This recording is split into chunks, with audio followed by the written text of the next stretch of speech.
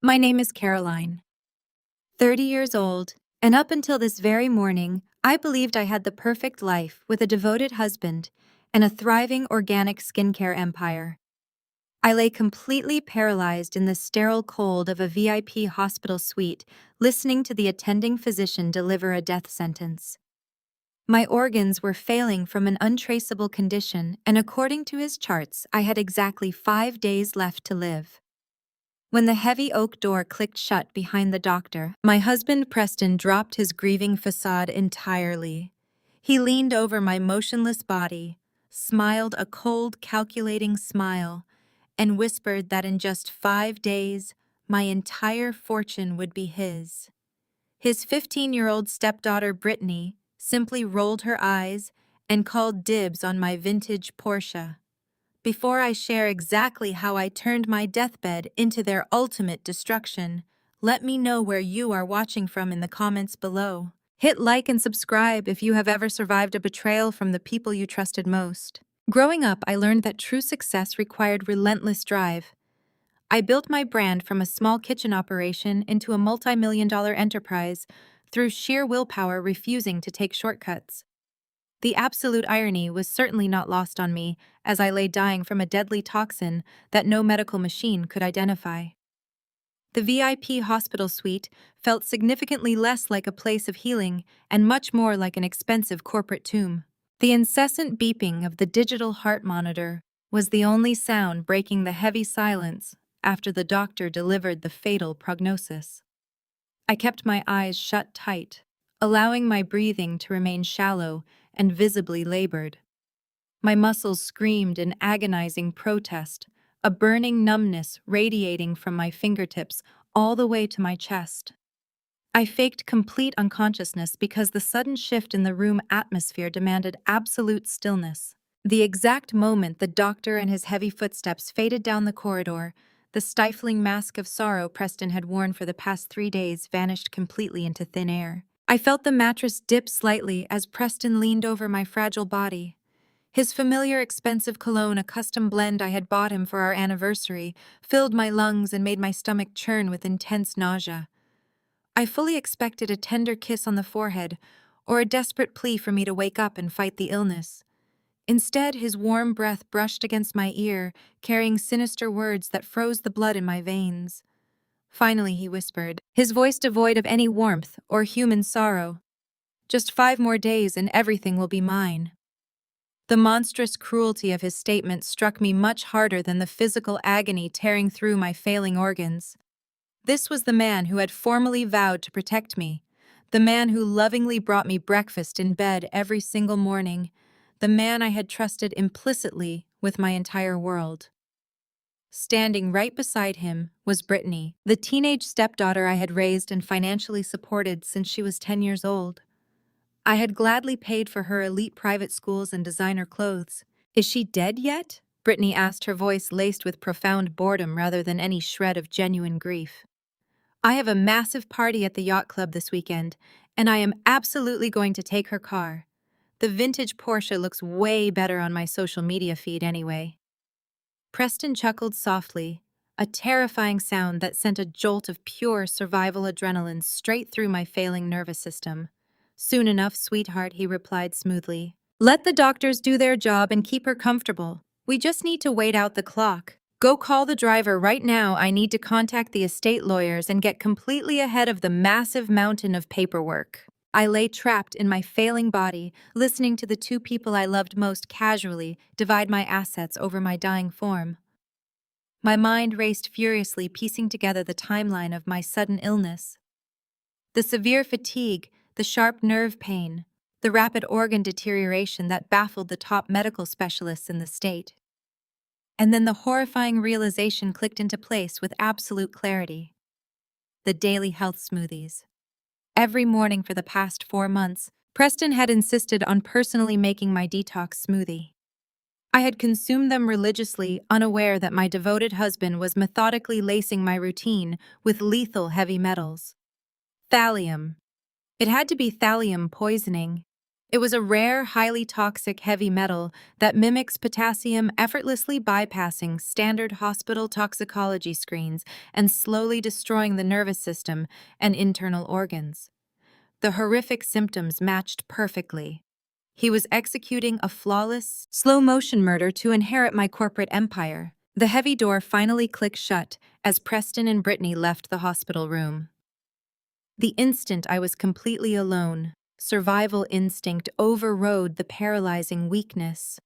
I forced my heavy eyelids open, the fluorescent lights blinding me temporarily. Excruciating pain ripped through my abdomen. I rolled onto my side, grabbing the biohazard bag taped to the bed rail, and vomited a dark mixture of bile and blood. My throat burned like battery acid, but the purge cleared my mind enough to execute my next move. My hands trembled as I reached under the rolling bedside table tray. 3 months ago, after noticing financial discrepancies in our corporate accounts, my paranoia had prompted me to tape a prepaid burner phone beneath this exact tray. The thick tape gave way and the small device dropped into my palm. I opened the messaging app and sent an urgent text to Diego, my trusted groundskeeper and a former combat medic. Severe thallium poisoning, I quickly typed into the tiny blank screen. Please bring activated charcoal and a clean paramedic uniform. You permanently own the entire greenhouse if I somehow manage to survive. The tiny screen of the burner phone went dark in my trembling palm. I shoved the device deep into the center of my pillowcase, biting my inner cheek, until I tasted fresh copper just to stay anchored to consciousness. The digital clock on the sterile white wall shifted to exactly midnight. The hospital ward was completely silent save for the rhythmic, agonizing beep of my heart monitor. I stared at the heavy oak door, calculating how much time I had left before the thallium fully shut down my respiratory system. I had hired Diego 3 years ago when he was struggling with civilian life, recognizing his unyielding discipline. I gave him a purpose, and now he was returning the favor by saving my life.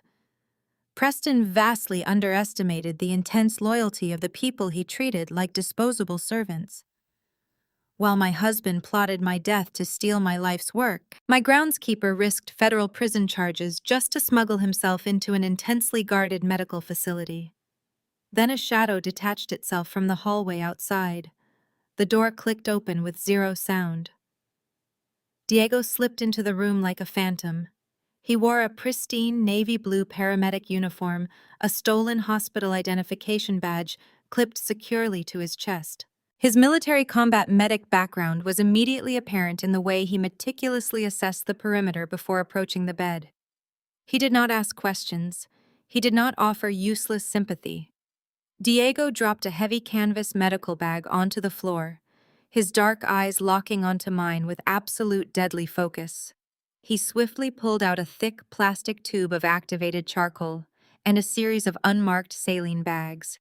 He moved with mechanical precision, entirely unaffected by the grotesque reality of my failing body. "Drink this now," Diego ordered, his voice barely above a harsh whisper. He wedged a thick plastic straw past my cracked lips. The activated charcoal tasted like chalk and wet ash, a vile sludge that immediately coated my burning throat. I forced myself to swallow every single drop, fighting the intense, desperate urge to gag. The thick charcoal would bind to the heavy metals tearing through my digestive tract, slowing the lethal absorption. My husband had meticulously planned every detail of my murder, ensuring the poison masked itself as a natural, tragic illness. He wanted to play the heartbroken widower while burying me in the very earth Diego tended to daily. But Preston made one fatal miscalculation. He left my brain fully intact, allowing me to carefully observe his arrogant mistakes. While I choked down the sludge, Diego pulled a sterile scalpel from his tactical belt. He sliced open the hospital-issued intravenous bags hanging above my head, the ones pumping whatever poison Preston had likely bribed the staff to slip into my bloodstream. Diego swiftly swapped them with the medical flushing agents he had smuggled inside, carefully taping the hospital labels over his own supplies to create a flawless visual replica. The cold rush of clean, untainted fluid hit my veins. For the very first time in 4 agonizing days, a tiny spark of actual oxygen seemed to reach my starving brain. I let out a ragged, shaking breath, finally feeling the terrifying grip of the heavy metal loosen just a fraction. The heavy rubber sole of a nursing shoe squeaked against the polished hallway linoleum. Footsteps were approaching fast and deliberate. Diego froze, his hand hovering over the empty charcoal tube. We had less than 10 seconds to act. "Hide," I wheezed, shoving the empty tube under my heavy blankets. Diego vanished into the adjoining private bathroom, silently vaulting himself up and disappearing into the acoustic ceiling tiles just as the main door swung open. The night nurse marched into the room. Her eyes were sharp, evaluating the space with an intensity that belonged to a prison warden, not a caregiver. She immediately stepped toward the intravenous stand, her hand reaching to inspect the fluid lines. If she noticed the fresh tape or the dark charcoal stains on my teeth, the entire operation was dead. I had absolutely no choice. I threw my head back against the mattress and triggered a massive, violent seizure. I thrashed my limbs wildly against the metal bed rails, knocking the water pitcher onto the floor with a loud crash. I rolled my eyes back, choking on my own saliva, making my entire body contort in grotesque, agonizing spasms. The sudden explosive movement worked perfectly. The nurse physically recoiled, abandoning her inspection of the fluid bags. But she did not press the emergency call button. She did not yell for a doctor or reach for a sedative. Instead, through the narrow slit of my violently shaking eyelids, I watched her calmly pull a smartphone from her scrub pocket. She rapidly typed out a text message, her face illuminated by the cold blue light of the screen. She was updating Preston about my rapid physical deterioration. I kept thrashing, pushing my exhausted muscles to the absolute breaking point, until she finally pocketed the phone and casually strolled out of the room to fetch a doctor, buying us precious time. The moment the door closed, I collapsed against the wet sheets, gasping for air. Diego dropped silently from the bathroom ceiling, landing softly on the tile. He rushed to my side, wiping the dark charcoal residue from my mouth with a damp towel. "They are completely bought and paid for," I whispered, my voice raw and broken. "We cannot speak out loud anymore." Diego nodded, grimly understanding. He reached for the pulse oximeter clipped to my index finger. He tapped his thumb against the plastic sensor in a rapid, syncopated rhythm. Tap, pause, tap, tap. My digital heart monitor instantly mirrored the exact rhythm, broadcasting the sharp beeps across the quiet room. A covert communication system. 2 taps meant incoming threat. 3 taps meant execute the next phase. The game had fundamentally changed, and I was no longer playing the helpless, dying victim. Diego tapped the plastic sensor one final time, confirming our silent protocol, before melting back into the shadows of the ventilation shaft, just as the heavy oak door swung open again. The night nurse returned, towing a senior resident who barely glanced at my chart before declaring my violent thrashing a natural neurological deterioration. They adjusted my oxygen, entirely oblivious to the crisp, untainted saline now flowing through my veins. I kept my eyes clamped shut, letting the rhythmic beeping of the monitor serve as my only tether to reality. My mind, however, was already racing thousands of miles away, calculating the arrival of my only remaining lifelines. Vanessa and her husband Jamal had been in New York attending a financial summit when my sudden hospitalization occurred. My younger sister possessed a fierce protective loyalty, but it was Jamal who truly anchored her. An African-American forensic accountant and seasoned financial investigator, Jamal possessed an unnerving ability to detect deception in both balance sheets and human behavior. They had boarded the first available private charter the moment Preston notified them, deliberately delaying the call until he assumed I was past the point of communication. Down in the sterile main lobby of the intensive care pavilion, the elevator doors slid apart. Vanessa sprinted across the polished marble, her usually immaculate appearance traded for a wrinkled trench coat and exhausted eyes. Jamal followed closely behind his towering frame, cutting a path through the hospital staff. Before they could even reach the reception desk, Preston intercepted them. He physically blocked the double doors leading to the secure VIP wing. His face twisted into a grotesque, Flawless mask of absolute devastation. He grabbed Vanessa by the shoulders, pulling her into an embrace while forcing fake tears down his cheeks. He played the shattered widower, perfectly choking on his own words as he described my fictional agony. Vanessa demanded to see me immediately, her voice cracking with raw emotion, but Preston firmly refused to yield a single inch of ground. He weaponized his manufactured grief, insisting the aggressive toxins had left me completely disfigured and psychologically unstable. He claimed that seeing me in such a grotesque, decaying state would permanently traumatize her, arguing that the medical team had strictly forbidden any outside visitors to prevent secondary infections. Vanessa fought back, sobbing and pushing against his chest, but Preston expertly manipulated her despair, wrapping his arms around her and whispering that my final wish was for them to remember me exactly as I used to be. Jamal stood back, his eyes narrowing as he analyzed Preston's defensive posture. The micro-expressions of panic, the aggressive territorial control of the hallway, the subtle, nervous glances Preston kept shooting toward the nurse's station. Jamal's career was built entirely on identifying anomalies, and Preston's theatrical performance was radiating massive red flags. Recognizing that a physical altercation with security would only get them expelled, Jamal gently pulled his weeping wife away, promising they would wait it out in the courtyard. Inside my isolated room, I knew Preston would never let them through.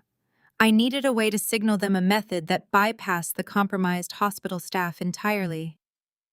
Reaching blindly beneath my pillow, my fingers found the sleek glass of the burner phone. I navigated the screen using only muscle memory, opening a proprietary smart home application. 2 years ago, my corporate foundation had heavily funded the renovation of this exact medical pavilion, installing the very same integrated environmental control systems I used in my own smart mansions. I still retained absolute administrative override access to the architectural lighting grid. My fingers flew across the digital interface. I selected the exterior accent lights, illuminating the large bay window of my specific suite, the exact window overlooking the hospital's central visitor courtyard. I programmed a manual override loop, syncing the high-intensity LED fixtures to a precise rhythmic sequence. Down in the cold courtyard, Jamal paced the concrete pathways, his mind churning over the inconsistencies in Preston's timeline. He looked up at the towering glass facade of the medical wing, searching for the room number Preston had accidentally mentioned. Suddenly, the brilliant white architectural lights framing a fourth-floor window began to flash against the dark night sky. 3 short, rapid bursts. 3 long, sustained pulses. 3 short bursts again. Jamal froze in his tracks. His military history fanaticism and sharp analytical brain instantly translated the rhythmic light pattern cutting through the darkness. It was a flawless, deliberate SOS Morse code. The flashing stopped, then repeated the exact same sequence. It was not a mechanical glitch. It was an intentional, desperate distress signal originating directly from my secured hospital room. The chilling realization slammed into Jamal like a freight train. The blocked access, the perfectly timed decline, the aggressive isolation. Preston was not protecting a dying wife. He was actively guarding a crime scene. Jamal did not alert Vanessa, knowing her emotional reaction might tip Preston off. Instead, a cold, calculated fury settled over his features. He sprinted straight past the courtyard benches and headed directly toward their rental car, parked in the exterior lot. He threw open the passenger door and grabbed his heavy titanium laptop case. Jamal practically lived in the digital shadows, dismantling corporate fraud empires and tracing laundered money across global networks. He climbed into the back seat, flipped the laptop open, and instantly connected to an encrypted cellular hotspot. He bypassed the standard firewalls with practiced ease, utilizing his federal auditing credentials to launch a deep, aggressive background trace on every single financial entity associated with Preston. The digital code reflected in Jamal's intense gaze as he dug into the offshore registries, hidden crypto wallets, and the heavily shielded private equities. He was hunting for the motive behind the murder. The flashing lights above continued their silent scream into the night. Jamal's fingers hammered across the keyboard, tearing down the digital walls Preston had so arrogantly built, preparing to expose the devastating truth hiding right beneath the surface. The laptop screen illuminated Jamal's intense focus. His fingers danced across the keys, slicing through the encrypted barriers Preston had constructed. Jamal knew that desperate men always left a digital trail. He peeled back the layers of a shell corporation registered in the Cayman Islands, exposing a terrifying reality. Preston was not just broke, he was drowning in a catastrophic abyss of debt. He owed millions to syndicate lenders who did not negotiate. The crushing debt was only the motive. The weapon was buried deeper in the dark web.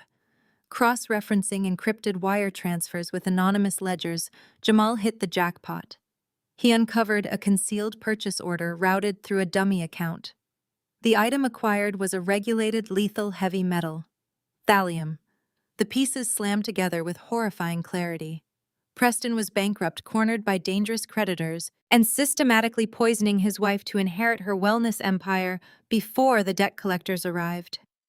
While Jamal unearthed the deadly financial blueprint in the hospital parking lot, a radically different nightmare unfolded inside my isolated hospital room.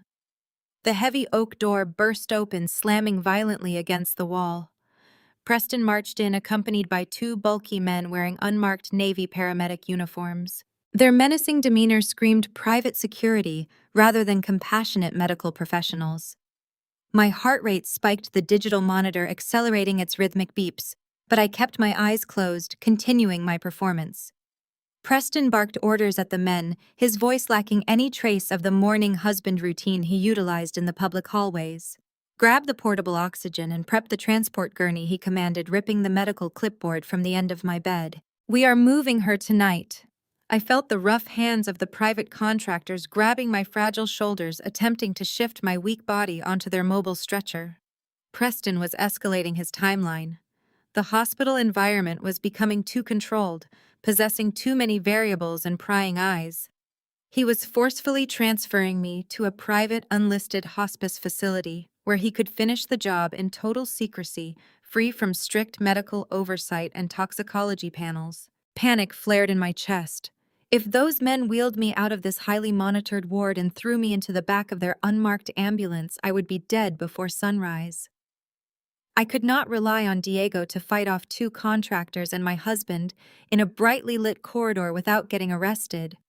I desperately needed a medical emergency so severe that standard hospital protocol would legally override Preston's spousal proxy.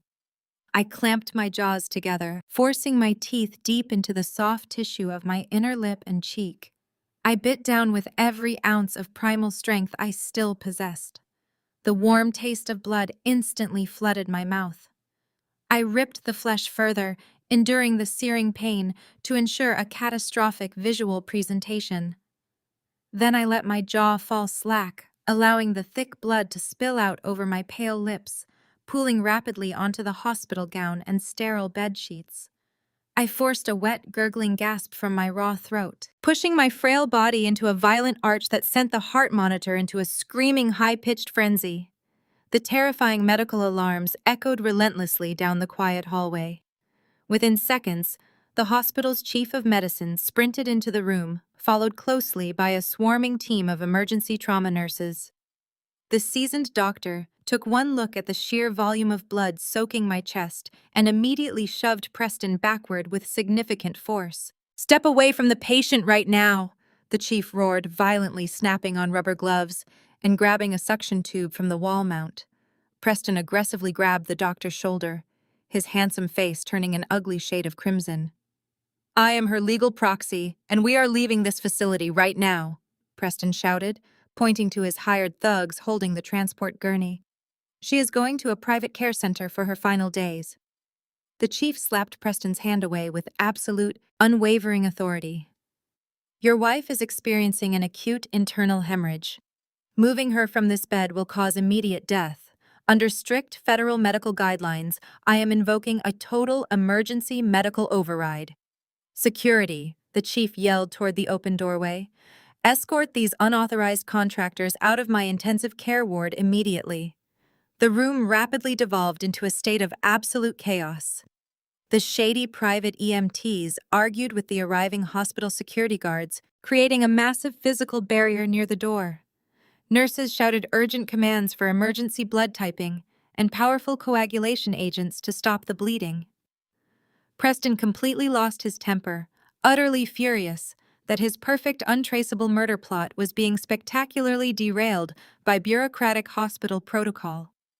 He screamed venomously at the chief of medicine, threatening massive malpractice lawsuits and loudly demanding his rights as my grieving husband. He was so consumed by his own raging arrogance and the frustrating disruption of his calculated timeline that he completely failed to notice the disguised paramedic who bumped hard into his shoulder during the chaotic scuffle. Diego, blending flawlessly into the panicked swarm of medical staff, utilized the harsh collision to execute a tactical masterstroke, with a rapid sleight of hand honed during his military combat tours. My fiercely loyal groundskeeper slipped a microscopic audio bug directly under the folded collar of Preston's expensive designer jacket. The tiny adhesive device locked firmly into place, sitting completely invisible to the naked human eye. Preston violently shoved his way out of the crowded hospital room, promising to return with a specialized court order and a team of lawyers. He was totally unaware that he was now carrying a live broadcasting microphone straight back to his hidden co-conspirators. The dedicated hospital staff worked frantically to stabilize my fake hemorrhage, cleaning the blood and securing my vital signs while keeping Preston banished to the waiting room. They left me perfectly safe in the bed, heavily monitored, protected by the very institution my husband tried to bypass, and possessing the ultimate weapon. The chaotic symphony of trauma alarms finally faded into a steady rhythmic pulse as the emergency medical team stepped back from my bed.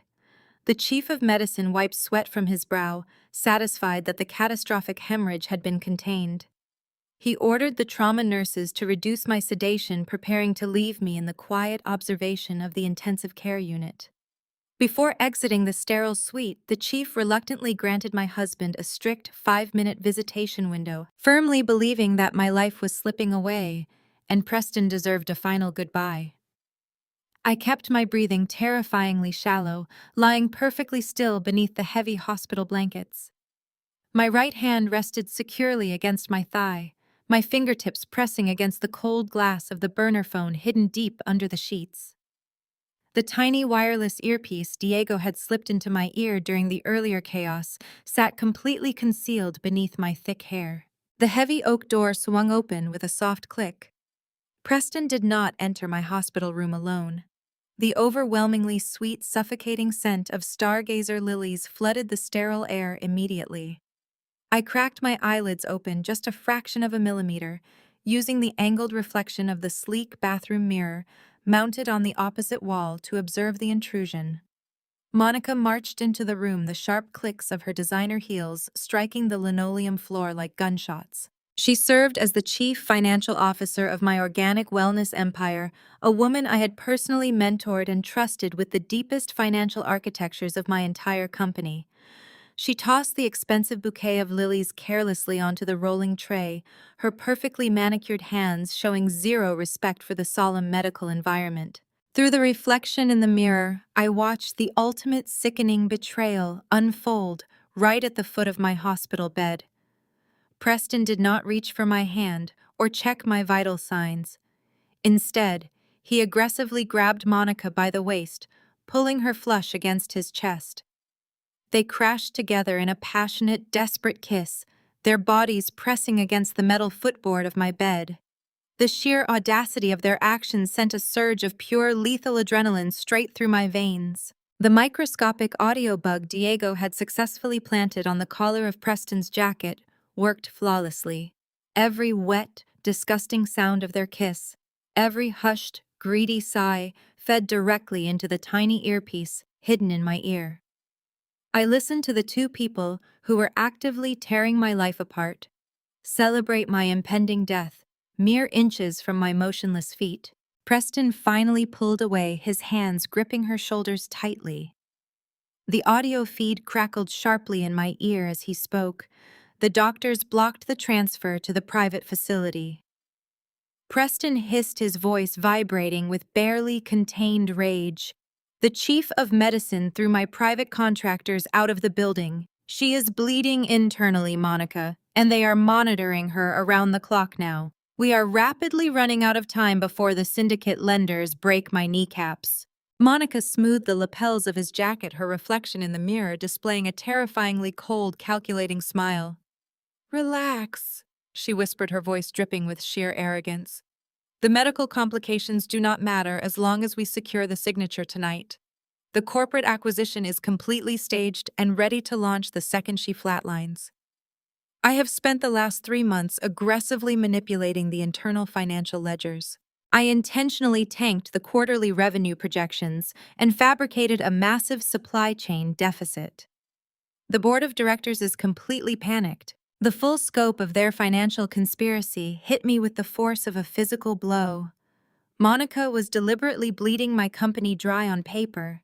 She was artificially crashing the valuation of my life's work to force a panic sale. The largest rival corporation in the organic wellness sector has agreed to buy the entire brand for pennies on the dollar. Monica continued, tracing her finger along Preston's jawline. They think they are acquiring a failing asset, but they know the infrastructure is solid. In exchange for facilitating the hostile takeover and guaranteeing a smooth transition of power, their executive board has agreed to pay us a massive $30 million kickback through an untraceable offshore consulting firm. We just need to legally transfer her controlling shares directly to you before her brain function completely shuts down and invalidates her legal capacity to sign. My blood ran ice cold.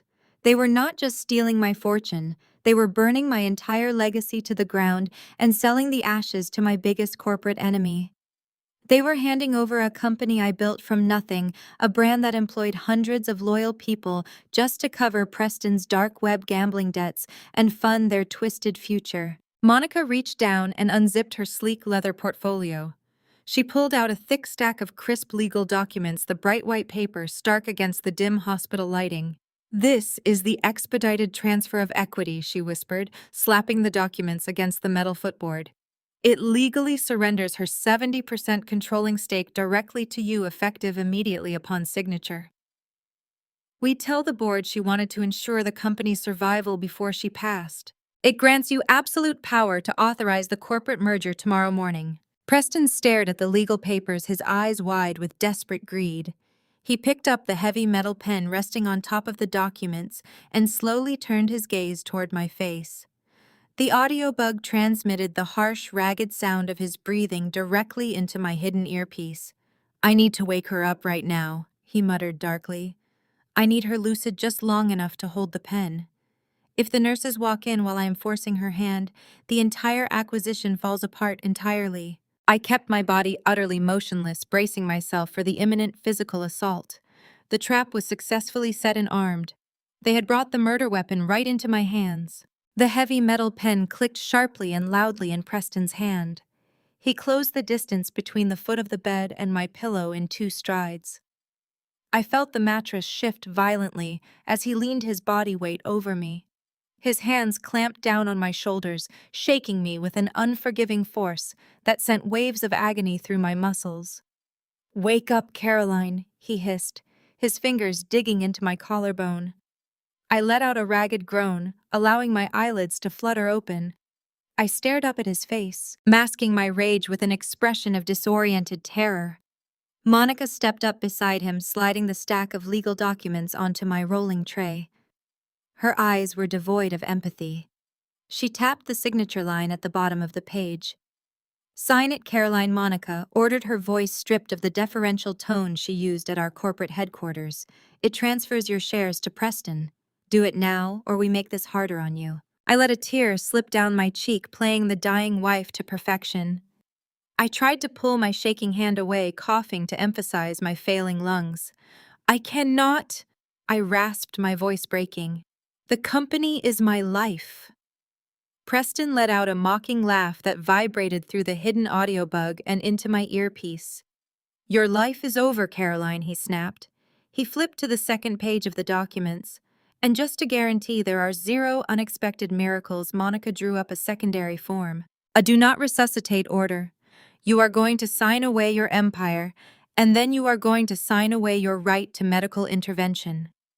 If your heart completely stops beating tonight, the doctors will legally have to stand back and watch you die. The magnitude of his depravity was breathtaking.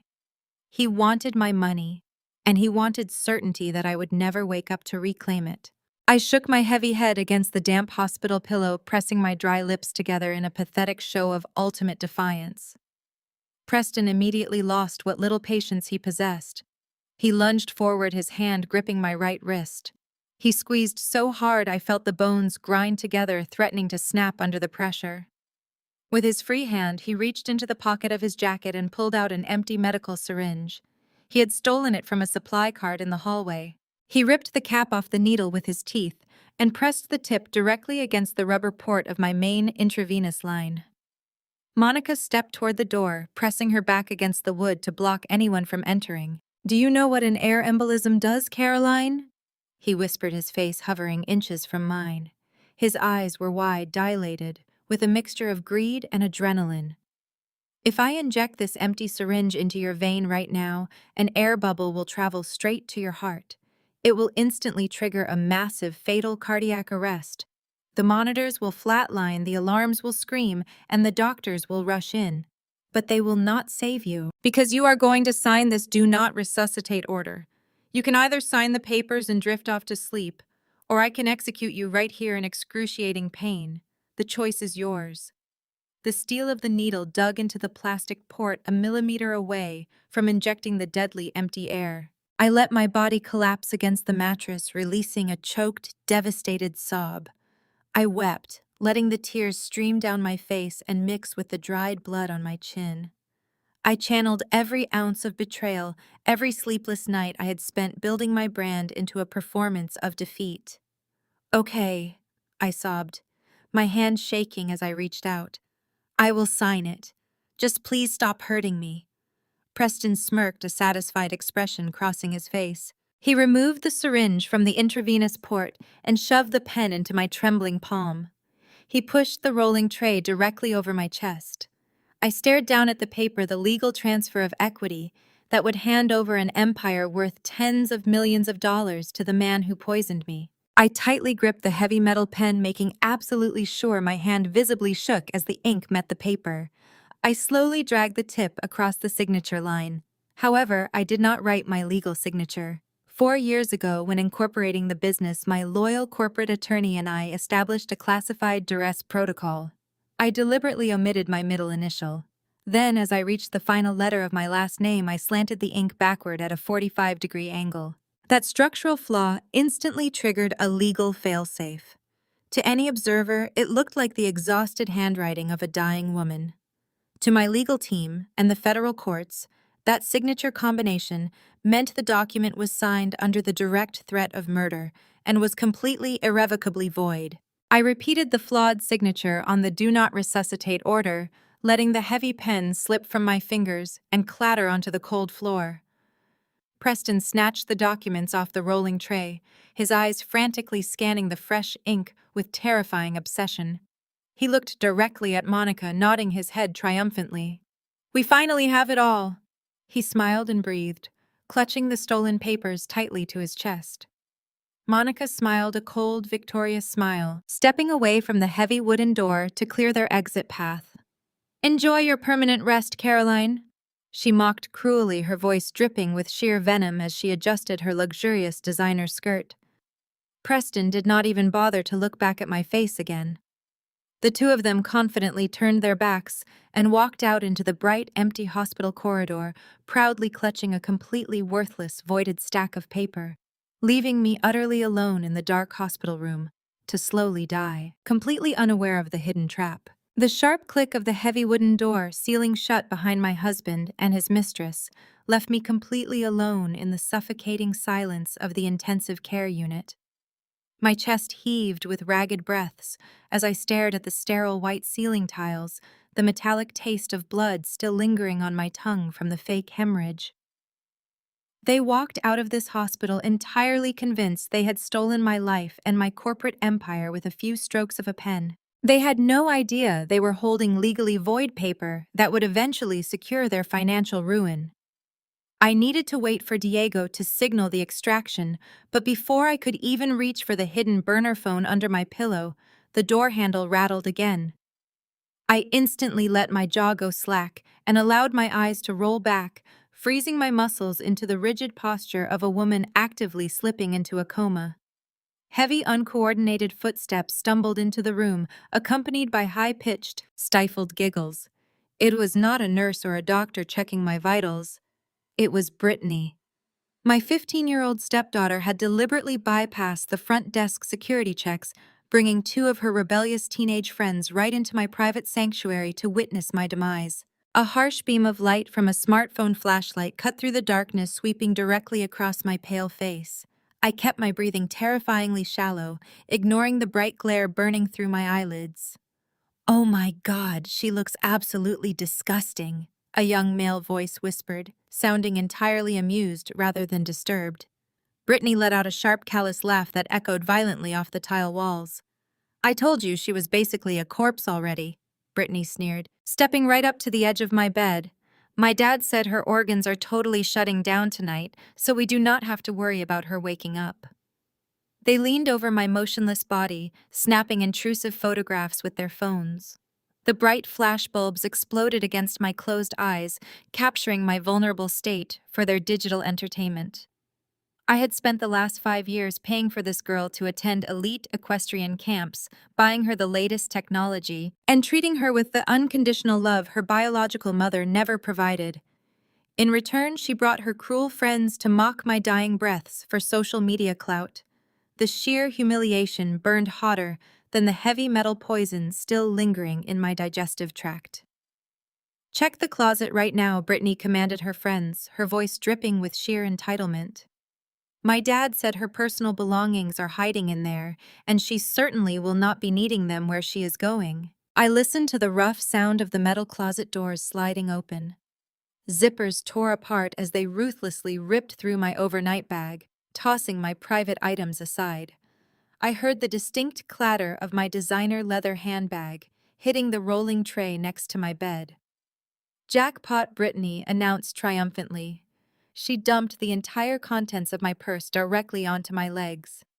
The heavy items struck my shins, but I forced my muscles to remain completely flaccid, absorbing the physical insult without a single flinch.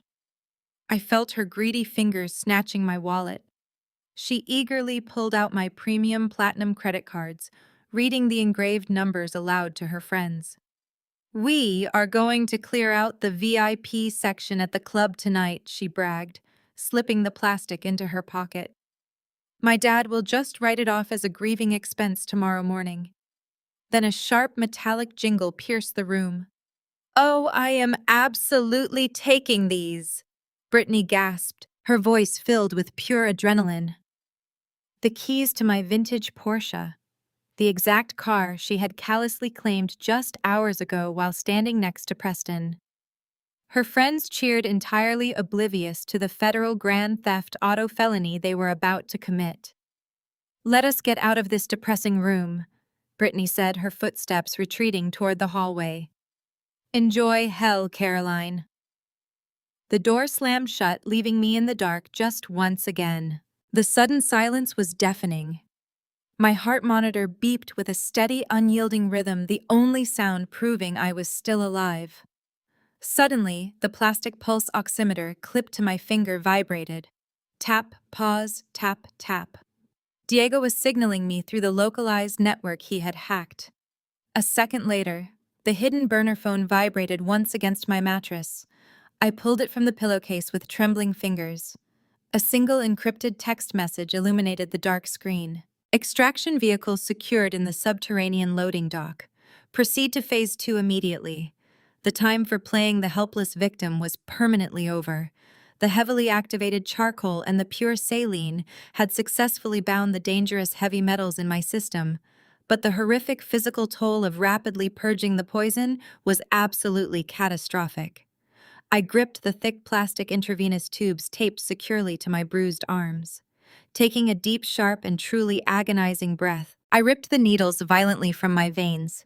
Dark blood immediately splattered across the crisp white sheets, but I did not care about the mess. I threw my legs over the side of the hospital bed, my bare feet hitting the freezing linoleum floor. A sudden wave of intense nausea hit me like a physical punch, forcing me to grip the cold metal bed rail just to keep from collapsing. The administered antidotes were aggressively attacking the remaining toxins, sending raw fire through my nervous system. Every single step I took toward the door solidified my absolute resolve to destroy them.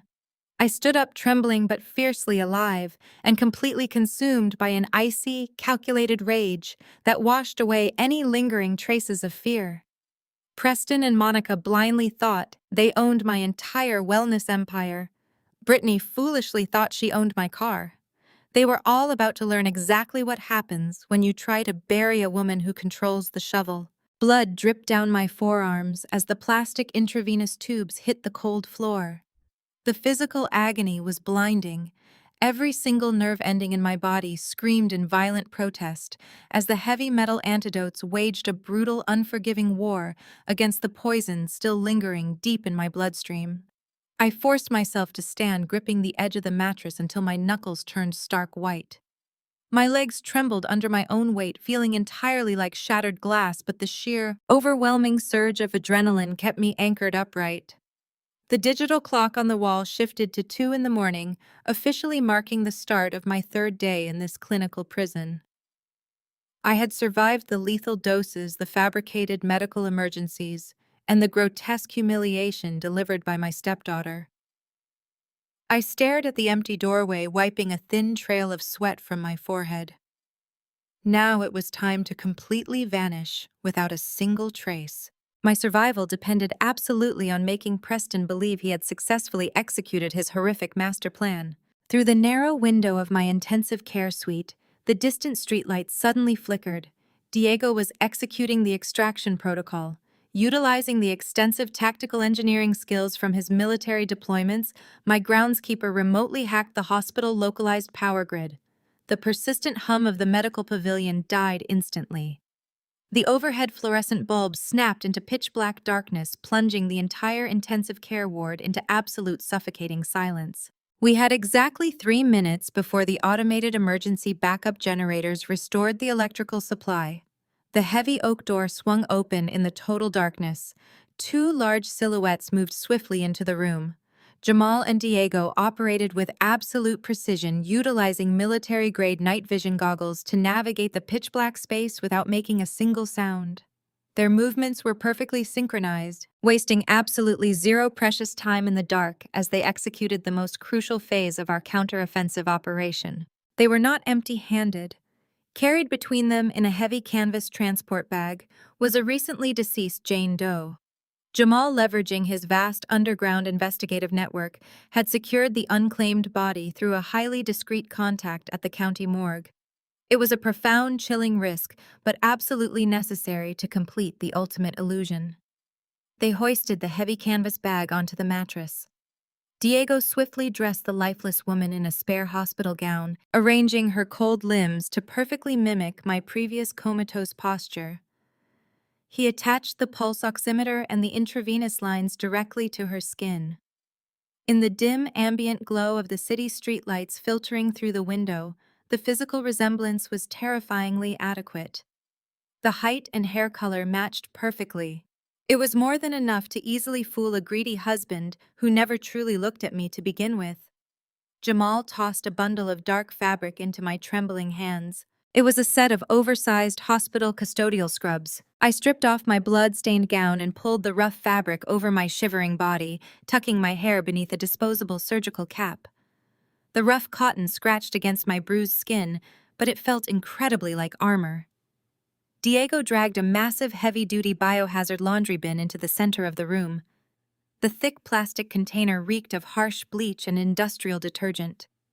"Climb in right now," Diego whispered firmly. "Keep your head down and do not make a single sound no matter what happens next." I hoisted myself over the tall plastic rim and tumbled deep into the pile of discarded hospital linens. The strong smell of ammonia burned my nostrils. Diego threw a heavy layer of soiled blankets over my head, completely burying me in the dark, suffocating space. I pulled my knees tightly to my chest, barely daring to take a breath as the clock ticked downward. The exact second the heavy canvas lid snapped shut above me, the hospital backup generators roared to life with a massive mechanical groan. The intense fluorescent lights instantly flooded the room. The heart monitor attached to the deceased Jane Doe immediately let out a piercing, continuous, high-pitched wail. It was the definitive, undeniable sound of a permanent flatline. Heavy, frantic footsteps pounded down the hallway outside. The door burst open. Preston rushed into the room, his breath catching in his throat as he stared at the lifeless body on the bed. He did not yell for a doctor. He did not scream for the emergency resuscitation team. Instead, hidden deep beneath the laundry, I listened to the sound of my husband letting out a long, shuddering sigh of profound, victorious relief. He truly believed he had finally won. Diego grabbed the thick plastic handles of the biohazard bin. He pushed the heavy cart directly toward the open doorway, his boots squeaking against the linoleum. We rolled right past Preston, missing him by mere inches. My husband was too completely mesmerized by the flatlining monitor to even glance at the lowly custodial worker removing the trash. He was already rehearsing his fake tears for the medical staff. Diego pushed the cart down the chaotic hallway, expertly navigating through the panicked swarm of frantic nurses, responding to the sudden power outage and the blaring medical alarms. The heavy rubber wheels rumbled loudly across the pristine hospital lobby, out through the automatic sliding glass doors, and directly into the freezing night air. Jamal was waiting in a nondescript delivery van idling quietly by the abandoned loading dock. Diego shoved the bin into the back of the vehicle, violently slamming the heavy metal doors shut, officially securing my flawless escape into the waiting shadows of the sprawling city. I lay perfectly still in the dark, finally breathing free. The nightmare of the hospital was entirely behind me, but the genuine terror for my husband was only just beginning. I would tear down his world piece by piece, ensuring that he paid for every single drop of agony he had inflicted upon me. My rebirth required his destruction. The official hospital's pronouncement of my death arrived via encrypted text from Jamal at precisely 4 a.m. Acute systemic organ failure. Time of death recorded. The decoy body passed the initial visual inspection, and Preston vehemently denied an autopsy, citing fictional religious beliefs to speed the cremation process. I sat wrapped in a thick blanket, absorbing the surreal reality of my documented demise. I was miles away from the medical pavilion, sealed securely inside a subterranean bunker hidden directly beneath Diego's commercial greenhouse. This concrete shelter had been retrofitted with military-grade communication servers and high-definition surveillance monitors. It was the perfect untraceable command center. The faint smell of damp earth and fertilizer filtered down from the greenhouse above, grounding me. Diego handed me a mug of hot black tea, his face illuminated by the harsh blue glow of the digital screens lining the concrete wall.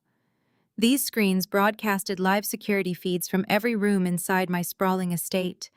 I secretly installed the micro cameras 3 months ago when the first red flags in my company ledgers appeared, long before the physical symptoms of the heavy metal poisoning began.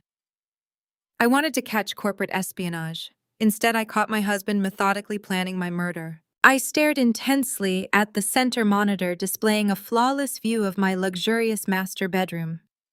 I expected Preston to play the devastated widower for a few days, maintaining his carefully constructed public facade for the household staff.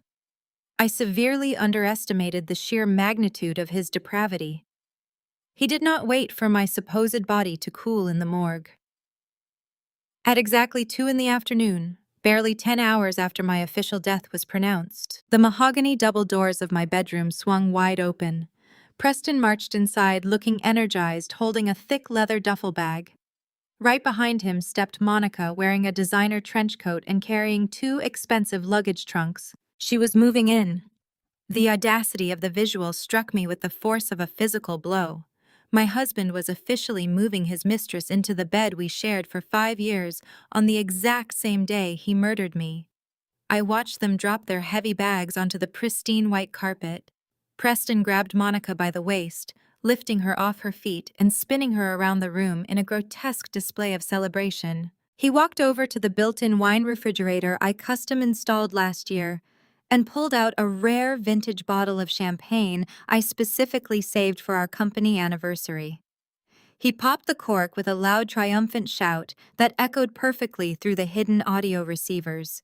They drank the expensive champagne straight from the bottle, passing it back and forth as they tumbled onto my premium silk sheets. Monica laughed, running her hands over my pillows, pointing excitedly at the massive walk-in closet across the room. Preston nodded eagerly. He set the half-empty bottle on my nightstand and marched directly toward my closet doors.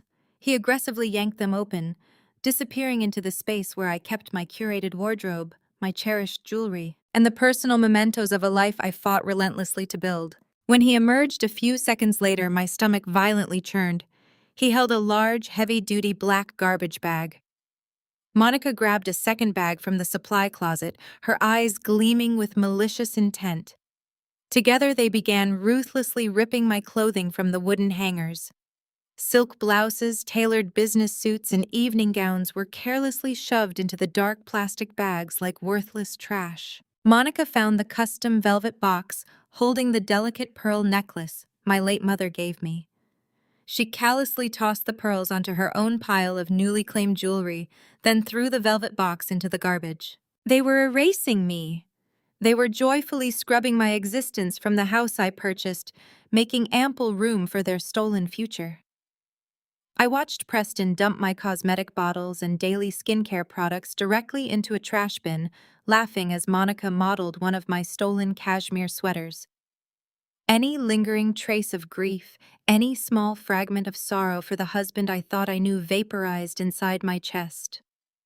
The betrayal was no longer a fresh, agonizing wound. It instantly hardened into a solid block of lethal, calculating rage. The fire burning in my veins was completely cold and absolutely terrifying. I did not shed a single tear as I watched them throw my life into garbage bags. I stared at the monitors, memorizing every cruel laugh and stolen item, fueling the devastating counteroffensive I was about to unleash. I picked up the secure burner phone resting on the metal table. Jamal had been standing by in a secure location across the city, monitoring the exact same live feeds through our encrypted network link. I dialed his number. He answered on the first ring, his breathing heavy with the same intense anger radiating through my own body. "Are you watching this?" Jamal asked, his voice a low, dangerous rumble. "He is wearing the watch you bought him for his birthday while bagging up your clothes." "I am watching," I replied, my voice stripped of emotion, vibrating with absolute deadly focus. "They think the board will finalize the corporate merger and release the liquid assets by the end of the week.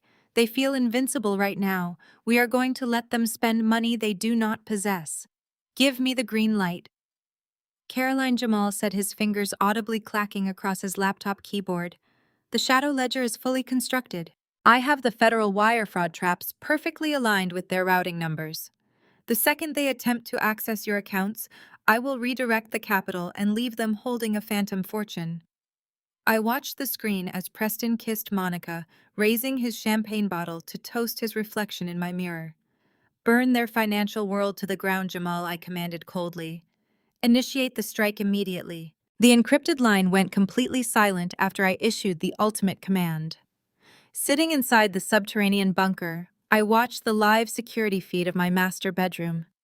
Preston and Monica were utterly oblivious to the digital execution unfolding around them, their bodies tangled together on my custom silk sheets. They believed my death was the final chapter, completely failing to realize it was merely the prologue to their absolute destruction. Miles away in a secure, windowless hotel room, my brother-in-law Jamal cracked his knuckles and began the financial slaughter. Jamal was an apex predator in the digital financial realm, a forensic auditor who dismantled massive syndicates for a living. He had already tapped directly into my wellness empire's central banking mainframe using the highest-level administrative credentials I had covertly provided. His first target was the expedited transfer of equity, the very document Preston had practically shoved down my throat while holding an empty syringe to my intravenous line. Preston foolishly believed the ink on that page granted him absolute dominion over my 70% controlling stake. He lacked the intelligence required to notice the deliberate glaring flaws I had woven into my signature. Jamal pulled up the high-resolution scans of the documents, which my incredibly loyal corporate attorney had flagged the exact moment Preston aggressively filed them with the board of directors that morning. The missing middle initial and the backward slanted final letter were not the erratic scribbles of a dying woman. They formed a binding federally recognized distress signal. Utilizing his supreme auditing authority, Jamal immediately leveraged that specific duress signature to legally invalidate the entire transfer in the deep background. The document was completely void, but Jamal expertly suppressed the automatic notification protocols. Preston and Monica would not receive a single email or legal warning about the rejection. With the equity transfer covertly neutralized, Jamal initiated the most critical phase of our counteroffensive. He systematically locked down the tangible assets of my entire organic wellness brand. The sprawling production warehouses, the proprietary skincare patents, the global distribution networks, and the vast agricultural supply chains were instantly placed behind an impenetrable wall of legal injunctions and federal corporate freezes. Preston could not sell a single drop of essential oil or leverage a single acre of farmland. The vast physical empire was entirely secure, utterly untouchable by the greedy hands of my treacherous husband and his manipulative mistress. However, locking down the physical company was only half the battle. Preston and Monica were actively preparing to authorize a hostile corporate merger with my biggest rival, a move designed to secure them a massive $30 million cash payout. They also expected immediate access to the enormous liquid capital sitting in my primary corporate accounts. Jamal smiled fiercely as his fingers flew across the illuminated keyboard, writing the complex algorithms that would drain their dreams completely dry. Operating in the absolute shadows, Jamal triggered a massive silent financial siphon. He bypassed the standard banking delays, executing dozens of rapid encrypted wire transfers. Tens of millions in liquid cash vanished from the main corporate reserves in a matter of seconds. The vast fortune I had built from the ground up flowed rapidly through a labyrinth of international shell corporations, thoroughly washing the digital trail before finally settling into an ironclad blind trust. This specific trust was entirely controlled by me requiring my unique biometric data to access even a single cent. The company accounts were completely gutted, left entirely barren. If Preston logged into the corporate banking portal and saw a zero balance, he would instantly panic and flee the country before we could spring the final trap. Jamal was a master of digital deception. To ensure my husband and his mistress remained blissfully ignorant, Jamal meticulously fabricated a flawless shadow ledger. He constructed a sophisticated phantom interface that perfectly mirrored the actual banking software. When Monica inevitably checked the company finances using her chief financial officer credentials, her screen would bypass the actual empty bank vaults and route directly into Jamal's fabricated server. The complex shadow ledger was heavily populated with glorious, breathtaking phantom numbers. Jamal programmed the interface to show the main accounts bursting with capital. He even simulated the incoming multi-million-dollar down payments from the rival corporation eager to finalize the merger. The digital illusion was an absolute masterpiece of forensic manipulation, showing Preston and Monica exactly what they desired to see. Down in the concrete bunker, the stark glow of the surveillance monitors illuminated Diego's stoic face as he handed me a fresh cup of coffee. We watched the master bedroom feed intently. The morning sun began to filter through my expensive linen curtains. Preston stirred, stretching his arms triumphantly, before aggressively shaking Monica awake. He practically shoved his laptop into her lap, urging her to check the corporate balances. I watched Monica wipe the sleep from her eyes and enter her administrative passwords. The trap snapped perfectly shut. Monica gasped, her eyes widening in pure, unadulterated ecstasy. She turned the laptop screen toward Preston, pointing frantically at the fabricated balance Jamal had carefully constructed. Preston threw his head back and laughed a loud, victorious sound that echoed sickeningly through the hidden audio receivers. They were staring at a digital mirage, absolutely convinced they were newly minted multimillionaires. Preston pulled Monica into a celebratory embrace, enthusiastically discussing the luxury purchases they were going to make that very afternoon. They were eagerly planning to buy yachts, exotic sports cars, and overseas real estate using a bank account that held absolutely nothing but digital air. Jamal had successfully handed them a loaded weapon disguised as a bottomless credit line. Every single dollar they attempted to spend, every massive loan they aggressively secured against those phantom funds would push them deeper into a catastrophic abyss of federal wire fraud and grand larceny. They were enthusiastically digging their own financial graves, and I was going to watch them fall right into the darkness of their own creation. The digital trap was flawlessly armed, but the physical destruction was truly just beginning to unfold. Down in my concrete bunker, the encrypted police scanner resting on Diego's desk suddenly erupted with frantic radio chatter. A high-speed collision had just occurred in the heart of the downtown luxury shopping district.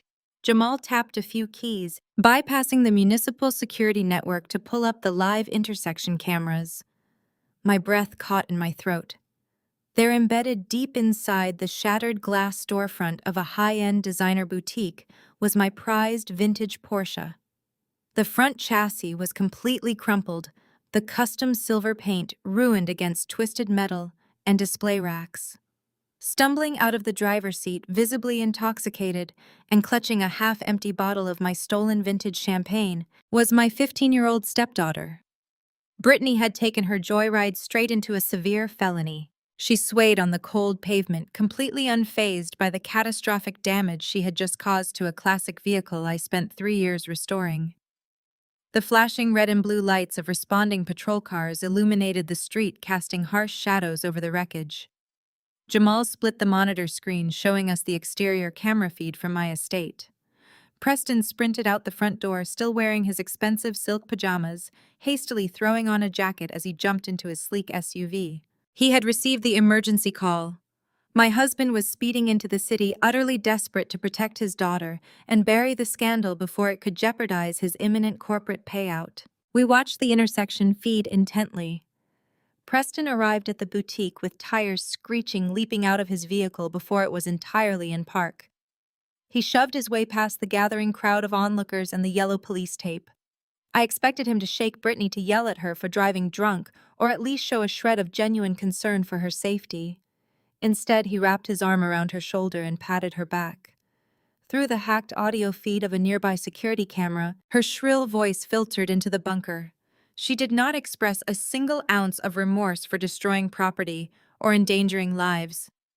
She merely pointed a manicured finger at a tiny red mark near her hairline, complaining bitterly that the harsh airbag deployment had bruised her forehead and ruined her makeup.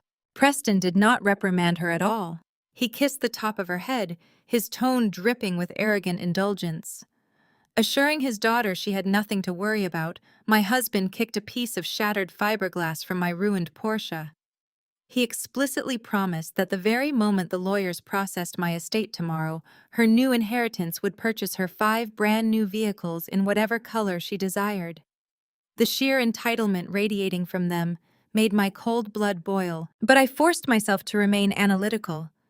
Preston was blindly operating under the delusion that he was untouchable, wrapped in a false blanket of newly inherited wealth. He turned his immediate attention away from his spoiled teenage daughter and zeroed in on the boutique owner and the 2 responding police officers. Preston deployed his signature corporate charm, physically guiding the furious boutique owner and the hesitant responding officers away from the gathering crowd. He spoke in low, measured tones, actively minimizing the severity of a highly intoxicated minor operating a stolen vehicle. He pitched it as a simple, tragic misunderstanding by a grieving teenager who had just lost her beloved stepmother. Then he went for the ultimate fix. He reached into his jacket pocket and pulled out the solid platinum credit card Brittany had stolen from my hospital room just hours ago. He aggressively offered to cover the cost of the structural damage, the ruined inventory, and a substantial bonus for the officer's absolute discretion. He was buying their silence with my money. The boutique owner, blinded by the false promise of an immediate payout, produced a mobile point-of-sale terminal. Preston confidently swiped my platinum card. Back in the bunker, Jamal leaned forward, a razor-sharp smile spreading across his face. Preston believed the card was linked to an endless vault of cash. He had zero idea that Jamal had spent the last hour meticulously reconfiguring the security protocols on all my personal financial accounts. Jamal did not just cancel the stolen card. He transformed it into a highly sensitive, localized tripwire. The exact second the magnetic strip slid through the merchant terminal, it bypassed standard banking verifications and pinged directly into a secure federal database. The transaction screen on the owner's device flashed a bright green approval message. Preston smirked, patting him on the back, fully believing he had just successfully bribed his way out of a criminal investigation. However, that green approval was nothing but a digital mirage coded by Jamal. The money did not transfer. Instead, a silent, severe federal fraud alert was instantly generated and dispatched to the Financial Crimes Division. By swiping a dead woman's credit card to facilitate a massive bribe, Preston had intentionally committed textbook wire fraud and identity theft. He tied himself directly to a federal offense, leaving a glaring digital fingerprint that investigators would trace. Preston ushered Brittany into the passenger seat of his SUV, incredibly satisfied with his corrupted problem-solving. He drove straight from the shattered boutique, leaving my destroyed Porsche in the hands of a towing company he had paid off with the trapped card. He was heading back to my estate, rushing back to Monica's arms, thinking he had cleanly swept his daughter's felonies under the rug. Jamal closed his laptop, leaning back as the street cameras showed the police dispersing into the dark city. We had them. Preston was racking up severe criminal charges with every single breath he took, completely oblivious to the massive federal snare tightening rapidly around his neck. The financial illusion was working flawlessly, giving him more than enough rope to hang himself entirely tonight. Preston steered his sleek SUV through the heavy wrought iron gates of my estate, the shattered remains of my vintage Porsche already a fading memory in his arrogant mind. Down in the subterranean bunker, the audio feed from the microscopic bug on his collar transmitted the rhythmic crunch of gravel beneath his tires. He parked near the grand entrance, sending Brittany inside with a dismissive wave. The heavy silence of the vehicle was suddenly shattered by a harsh, repetitive digital chime emanating from his center console. It was not a text from Monica. It was an automated high-priority security breach notification. I leaned closer to the illuminated monitors, watching the dashboard camera feed we had intercepted earlier. Preston snatched his phone, his thumb swiping aggressively across the screen. The proprietary encryption software guarding our estate network had detected a massive aggressive data extraction. Someone was actively tearing through the localized security archives, pulling historical surveillance logs, encrypted entry codes, and hidden financial ledgers routed through the primary server. Preston let out a sharp, ragged breath. He tapped furiously into the administrative panel, attempting to trace the origin of the massive data siphon. He recognized the digital footprint instantly. The routing bypassed the standard firewalls, utilizing a highly specialized forensic auditing protocol. Jamal, my brilliant brother-in-law, was not just sitting idly in his hotel room mourning my sudden death. He was actively ripping up the floorboards of Preston's entire fabricated existence. The audio feed crackled as Preston slammed his fist violently against the leather steering wheel. He knew exactly what Jamal did for a living. A federal financial investigator tearing through those specific archives would absolutely uncover the offshore debt syndicates and the black market transactions within hours. The meticulously planned corporate buyout and the $30 million kickback were suddenly sitting in the crosshairs of a man who possessed the exact credentials to burn it all down. Preston did not call his lawyers. Desperation stripped away his polished corporate veneer, revealing the absolute thug hiding underneath. He scrolled past his standard contacts and dialed an unlisted local number. The phone rang 3 times before a gruff, gravelly voice answered. I listened through the earpiece, my blood running cold as Preston rapidly outlined a lethal solution.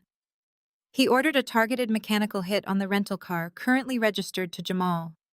He provided the exact make, model, and the license plate number he had secretly noted at the hospital parking lot. Cut the brake lines completely. Preston commanded, his voice dripping with venomous panic. "Make it look like a catastrophic mechanical failure on the steep downtown gradient. He has to die tonight before he uploads those archives to the federal grid. I will double your usual rate."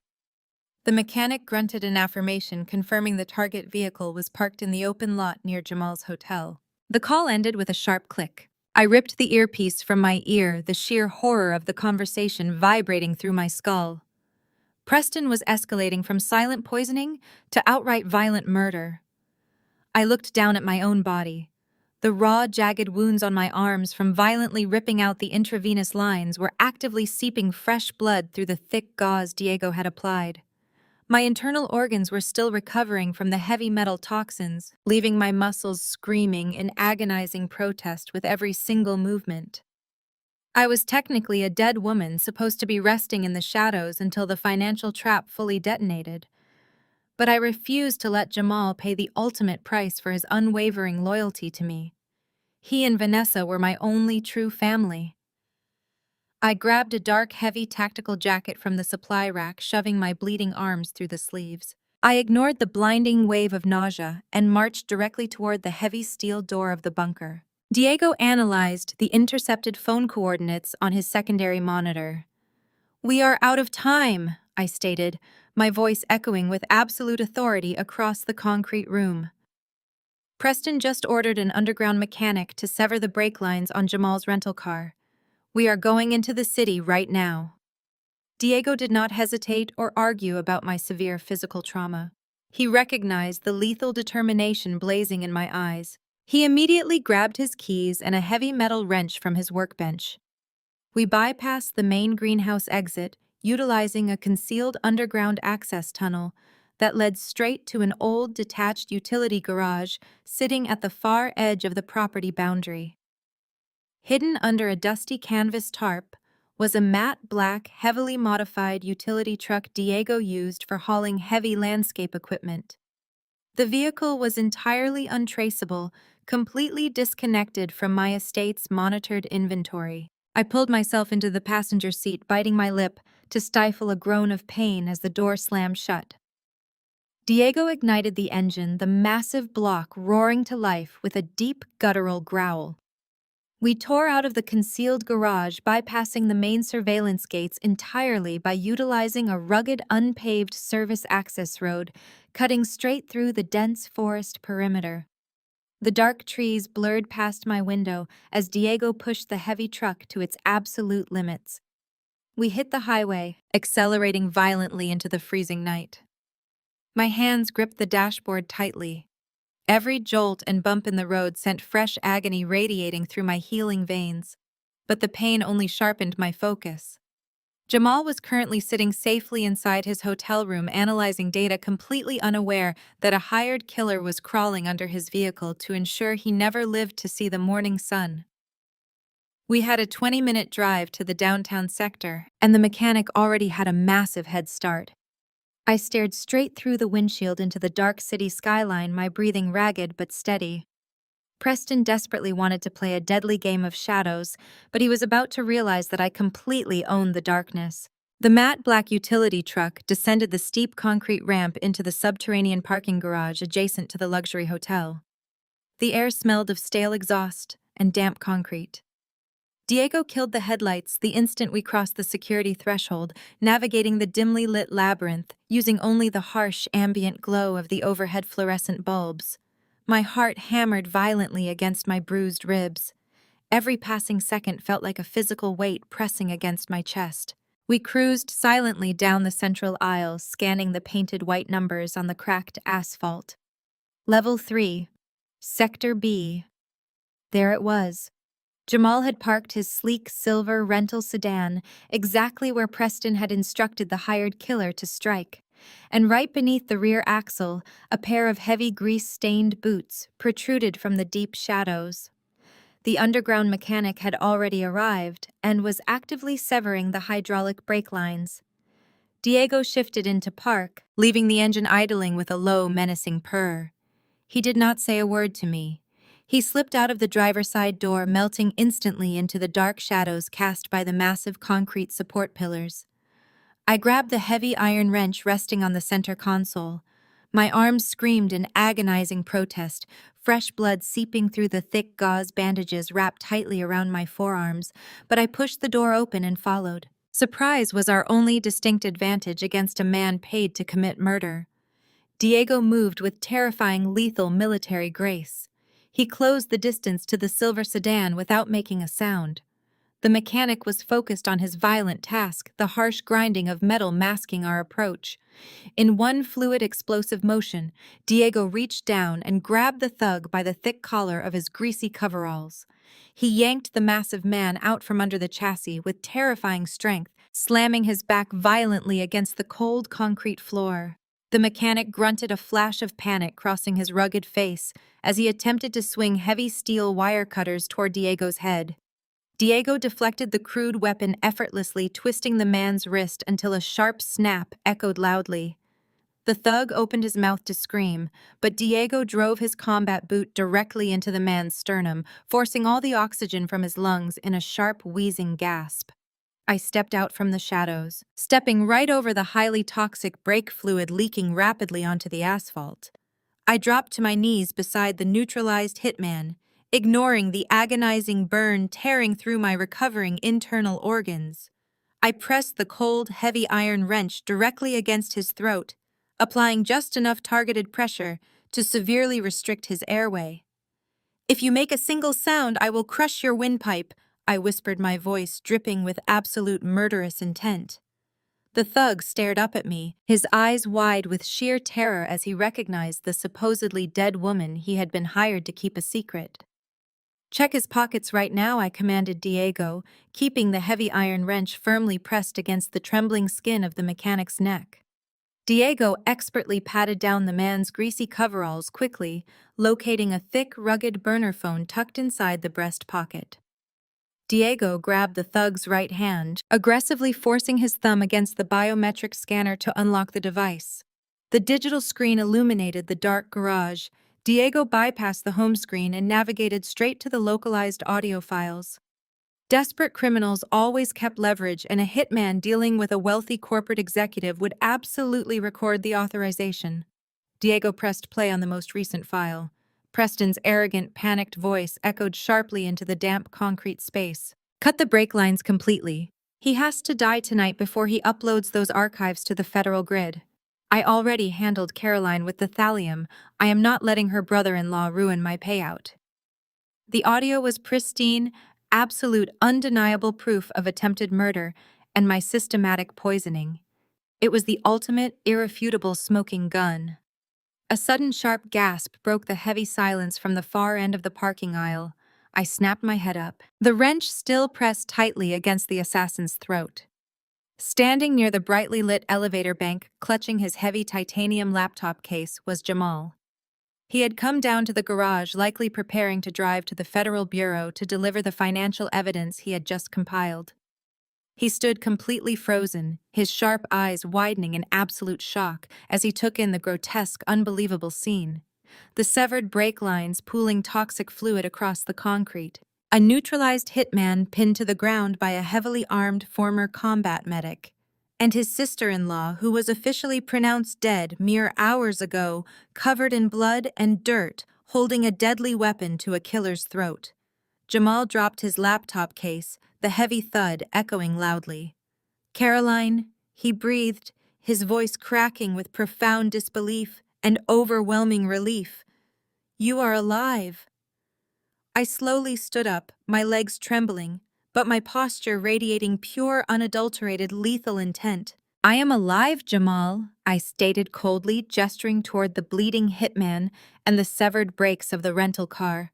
"And Preston just tried to ensure you were not." Jamal walked slowly toward us, his sharp analytical mind rapidly processing the severed hydraulic lines, and the audio recording still glowing on the burner phone in Diego's hand. The final terrifying pieces of Preston's monstrous puzzle locked perfectly into place. Jamal looked at the bloody bandages wrapped tightly around my arms, then stared directly into my eyes, instantly recognizing that the woman standing before him was no longer a wellness CEO. She was an absolute weapon. We stood together in the damp, freezing shadows of the underground parking garage, forming an unbreakable, silent pact. The time for digital games and financial manipulation was officially over. We were going to obliterate Preston's entire existence and burn his world to the ground. The freezing dampness of the underground parking garage faded into the rearview mirror as our newly formed alliance mobilized. We left the restrained hitman bound in the shadows, his burner phone secured safely in my pocket. The physical threat was neutralized, but the corporate slaughter was already underway across the city. Dawn broke over the financial district, casting harsh shadows over the corporate headquarters of my wellness empire. Inside the expansive top-floor boardroom, Monica was aggressively executing her ultimate betrayal. She sat at the mahogany table, radiating unearned arrogance. Surrounding her were the predatory senior executives from the rival megacorporation, their eyes gleaming with the prospect of swallowing my entire lifework for a mere fraction of its actual market value. Preston stood right beside Monica, adjusting his tailored suit jacket. He repeatedly checked his smartphone, eagerly anticipating a confirmation text from the underground mechanic he had hired to kill my brother-in-law. Preston foolishly believed the bloody loose ends were being neatly tied up in the dark.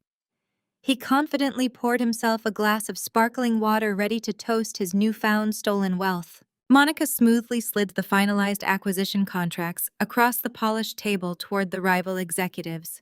She delivered a sickeningly sweet speech about honoring my sudden passing by ensuring the brand transitioned into capable hands. The rival chief executive reached into his suit, pulling out a pen to sign the binding documents that would officially trigger the $30 million offshore kickback. The heavy glass boardroom doors suddenly swung wide open, shattering the quiet, tense atmosphere. Jamal strode into the room, his towering frame cutting a formidable silhouette against the morning light. He carried his heavy titanium case with terrifying authority. Preston completely froze. The glass of water slipped from his grip, shattering violently against the hardwood floor. His face drained of color as he stared at the man who was supposed to be bleeding out under a rental car. Jamal did not even glance at the broken glass or the horrified expression of Preston. He walked straight toward the head of the mahogany table, projecting an aura of absolute, unshakable control.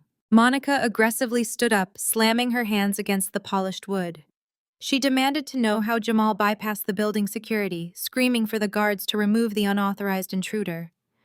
Jamal simply reached into his breast pocket and tossed his heavy gold-plated federal auditing credentials directly onto the acquisition contracts. The metallic thud echoed loudly across the silent room. As an independent forensic financial investigator operating under federal oversight, "I am officially halting this corporate merger," Jamal announced, his deep voice leaving absolutely zero room for negotiation. He stared directly into the panicked eyes of Monica. "There are severe, glaring compliance flags actively triggered on this account." The rival executives immediately withdrew their hands from the documents, leaning back in their leather chairs. Corporate predators despised legal complications, especially those involving federal auditors. Preston desperately tried to regain control of the crumbling narrative. He aggressively stepped forward, pointing an accusing finger at Jamal. My husband loudly proclaimed that he held the absolute legal proxy, citing the expedited equity transfer I had signed in the hospital. Preston insisted the company was entirely his to sell, claiming Jamal was simply a grieving, unstable relative causing an emotional scene. Jamal remained completely unfazed by the theatrical outburst. He opened his titanium case and extracted a thick file of dense legal statutes. He expertly utilized the complex corporate bylaws I had established years ago. Jamal informed the room that any expedited transfer of majority equity resulting from the sudden, unexpected death of a founding chief executive legally required a mandatory public notarization period. He claimed the private hospital signature lacked the required witness verification protocols to authorize an immediate closed-door liquidation. He stated the merger could not proceed today without triggering a massive federal investigation into the rival corporation acquiring the assets. The rival executives immediately packed up their briefcases, refusing to sign anything that carried the scent of federal wire fraud. Monica frantically argued, her carefully constructed composure unraveling as her $30 million payout slipped away. Jamal let them panic for exactly 10 seconds before offering the poisoned bait. He proposed a highly specific solution to clear the compliance flags. He demanded the final acquisition documents be signed and verified in a fully public forum, witnessed by the primary stakeholders of my estate and certified legal representatives. Jamal suggested utilizing my upcoming Celebration of Life Memorial Gala, an event Preston had already scheduled for the end of the week. I sat in the secure underground bunker, listening to the boardroom audio feed transmitted through the encrypted device of Jamal. I held my breath, waiting for the response of Preston. A smart, cautious criminal would have recognized the trap and delayed the sale. But Preston was severely blinded by his own towering narcissism and the crushing weight of his offshore gambling debts. His massive ego simply could not resist the twisted poetic cruelty of the proposal. Preston straightened his jacket, a sickening, arrogant smirk spreading across his handsome face. He viewed the public signing not as a legal hurdle, but as the ultimate definitive power move. He wanted to stand in front of my mourning friends, family, and colleagues and proudly sign away my entire legacy right over my memory. It was an act of supreme dominance that perfectly fed his toxic vanity. Preston confidently agreed to the terms of Jamal, assuring the rival executives that the public gala would provide the perfect transparent venue to finalize the massive transaction. He eagerly shook hands with the corporate sharks, completely unaware that he had just willingly locked himself inside an inescapable cage. Jamal nodded coldly, packing up his credentials and walking out of the boardroom, leaving my treacherous husband to blindly celebrate his impending absolute destruction. We finally had precisely what we needed to claim absolute victory today and win this incredibly vicious corporate war. The absolute arrogance required to steal a dying woman's empire is entirely eclipsed by the sheer, unadulterated hubris required to spend the money before the ink is even dry. Down in the subterranean concrete bunker, I sat beside Jamal, staring at the illuminated array of financial monitors. Following the explosive confrontation in the corporate boardroom, Preston and Monica did not retreat to carefully review their legal standing. Instead, blinded by the intoxicating promise of a $30 million kickback and the fabricated millions sitting inside Jamal's shadow ledger, they embarked on a catastrophic, utterly unhinged spending spree. They genuinely believed they had successfully navigated every single hurdle. In their twisted minds, agreeing to publicly finalize the merger at my upcoming memorial gala was the ultimate victory lap, a mere formality standing between them and a lifetime of unimaginable luxury. Preston was the very first to strike the match that would burn his entire existence to the ground. Sitting boldly at the expansive mahogany desk inside my private home office, he initiated a video conference with one of the most exclusive maritime brokers on the eastern seaboard. The hidden security camera captured every single moment of his breathtaking financial suicide. He was not looking for a simple pleasure boat. Preston demanded immediate ownership of a custom-built, tri-deck luxury super yacht listed at a staggering $5 million.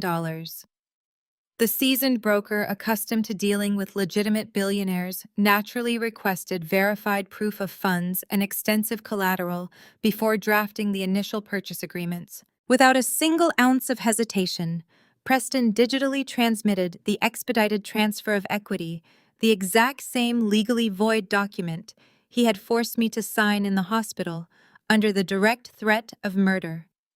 He shamelessly utilized the forged paperwork as absolute proof of his newfound controlling stake in my organic wellness empire. At the exact same moment, he granted the broker permission to conduct a comprehensive background credit sweep on the primary corporate accounts. Down in the bunker, Jamal cracked his knuckles, a terrifying predatory smile spreading across his face. When the maritime financial institution initiated the deep background inquiry, Jamal swiftly intercepted the digital ping. He smoothly routed their rigorous compliance checks directly into our fabricated shadow ledger. The banking executives did not see the barren, completely gutted accounts that actually existed. Instead, Jamal forced their screens to display a flawless, glittering mirage of overwhelming liquid wealth. They saw tens of millions in accessible cash and the heavily simulated down payments from the rival megacorporation. The illusion was absolutely perfect. Within an hour, the maritime broker enthusiastically approved the massive loan. Preston eagerly applied his digital signature to the final maritime contracts, officially taking on $5 million of high-interest debt. He completely failed to realize that the vessel was secured by a fraudulent document and financed through a phantom ledger, instantly binding him to severe federal bank fraud. Monica refused to be left behind in the chaotic rush for luxury. While Preston celebrated his new superyacht, she aggressively pursued international real estate. Operating from my stolen master bedroom, she contacted elite property developers across the globe. She placed a massive non-refundable $2 million deposit on a sprawling cliffside villa in Monaco.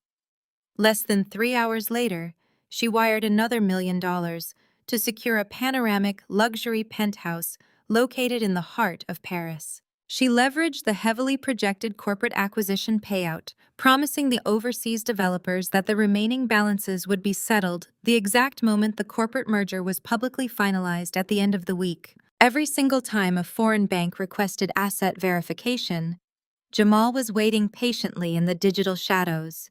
He expertly authorized every single international credit check, opening the financial floodgates and allowing their astronomical debt to multiply exponentially. Jamal was essentially handing them a limitless invisible credit card linked directly to an empty void. The sheer scale of their mounting liabilities was breathtaking. By midnight, Preston and Monica had collectively accumulated over $12 million in aggressive, inescapable debt. They were gleefully spending phantom capital they did not possess, secured by stolen corporate assets they did not legally own. I watched the surveillance feeds as they toasted their brilliant success with another bottle of my stolen vintage champagne. They were dancing on the edge of a bottomless cliff, absolutely convinced they were flying. Every single signature they carelessly slapped onto a loan document, every massive wire transfer they authorized across international borders bound them tighter and tighter to catastrophic federal crimes. They were actively committing grand larceny, international wire fraud, and severe corporate embezzlement with every breath they took. The digital trail they left behind was incredibly massive, undeniable, and entirely permanent. The trap was now perfectly primed, wound unbelievably tight by their own staggering vanity and relentless greed. They had constructed an elaborate glittering cage, made entirely of stolen money and fraudulent promises, and they had willingly locked themselves inside. They believed they were completely invincible, untouchable elite executives standing at the very pinnacle of the corporate world. They had absolutely zero idea that the woman they murdered was currently sitting underground, meticulously tracking every single stolen penny, preparing to drop the floor right out from under their feet. The stage was finally set for the memorial gala. They wanted to sign the final merger documents over my memory, in front of hundreds of people. I was going to ensure that their highly anticipated celebration of life instantly became the most devastating public financial execution in the history of the entire city. My absolute vengeance was rapidly approaching its ultimate and unavoidable climax. Dawn broke over the sprawling estate on the 5th day, painting the sky in vibrant, bleeding shades of crimson and gold. Today was the day of my highly publicized memorial gala. Down in the subterranean bunker, the digital financial traps were fully primed and waiting, but Jamal needed one final critical physical weapon to absolutely guarantee the corporate merger died a permanent, undeniable death. He required the original, notarized patent documents for my proprietary organic skincare formulas. Those specific files were never digitized for security reasons. They were locked tightly inside a biometric safe, bolted directly to the foundation of my private home office. Without those physical patents securely in hand, the rival megacorporation could not legally absorb my brand regardless of whatever fraudulent equity transfers Preston and Monica eagerly produced. I had to physically infiltrate my own mansion and steal back my entire life's work right out from under my treacherous husband's nose. Diego and I moved swiftly through the dense tree line bordering the estate perimeter, just as the morning fog began to lift off the manicured lawns.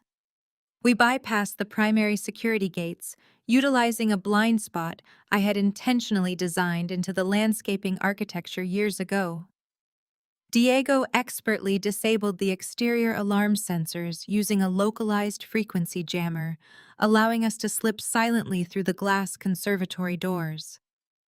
The massive house was eerily quiet, the air thick with the suffocating, overwhelming scent of the stargazer lilies Preston had ordered in massive bulk to sell his grieving widower routine to the press. We moved exactly like shadows across the imported hardwood floors, pressing our backs firmly against the cool plaster walls of the main corridor to avoid casting reflections. I signaled for Diego to hold his position near the grand staircase while I crept slowly toward the master suite. The heavy mahogany door was slightly ajar. I peered through the narrow gap, my blood running absolutely cold at the grotesque scene playing out inside. Preston stood firmly in front of my full-length vanity mirror, meticulously adjusting a black silk tie. He was actively rehearsing his memorial speech. I watched him artificially contort his handsome features, forcing fake tears to well up in his eyes. He choked on his words, deliberately practicing the exact vocal breaks and dramatic pauses he would use to manipulate the wealthy attendees. It was a sickening theatrical performance of manufactured grief perfectly calculated to boost my company's stock prices mere hours before he finalized the sale. I pulled myself away from the door, violently suppressing a primal urge to kick it open and strangle him with that expensive silk tie. I needed to focus entirely on the mission parameters. My home office was located at the far end of the eastern wing, but a massive lethal obstacle stood directly in my path. Preston had recently purchased an aggressive, highly trained guard dog, claiming the massive Doberman would provide extra security during my frequent business trips. The muscular animal was currently pacing the lower hallway, its heavy claws clicking sharply against the imported Italian tile. It was highly territorial, dangerously unpredictable, and fiercely loyal only to Preston. If the dog caught my scent, its ferocious barking would instantly alert my husband and trigger a catastrophic physical confrontation. Diego caught my eye from across the expansive hall, drawing a sleek tactical blade from his belt, fully prepared to neutralize the aggressive animal. I shook my head aggressively, refusing to let an innocent animal die just because my husband was a manipulative monster.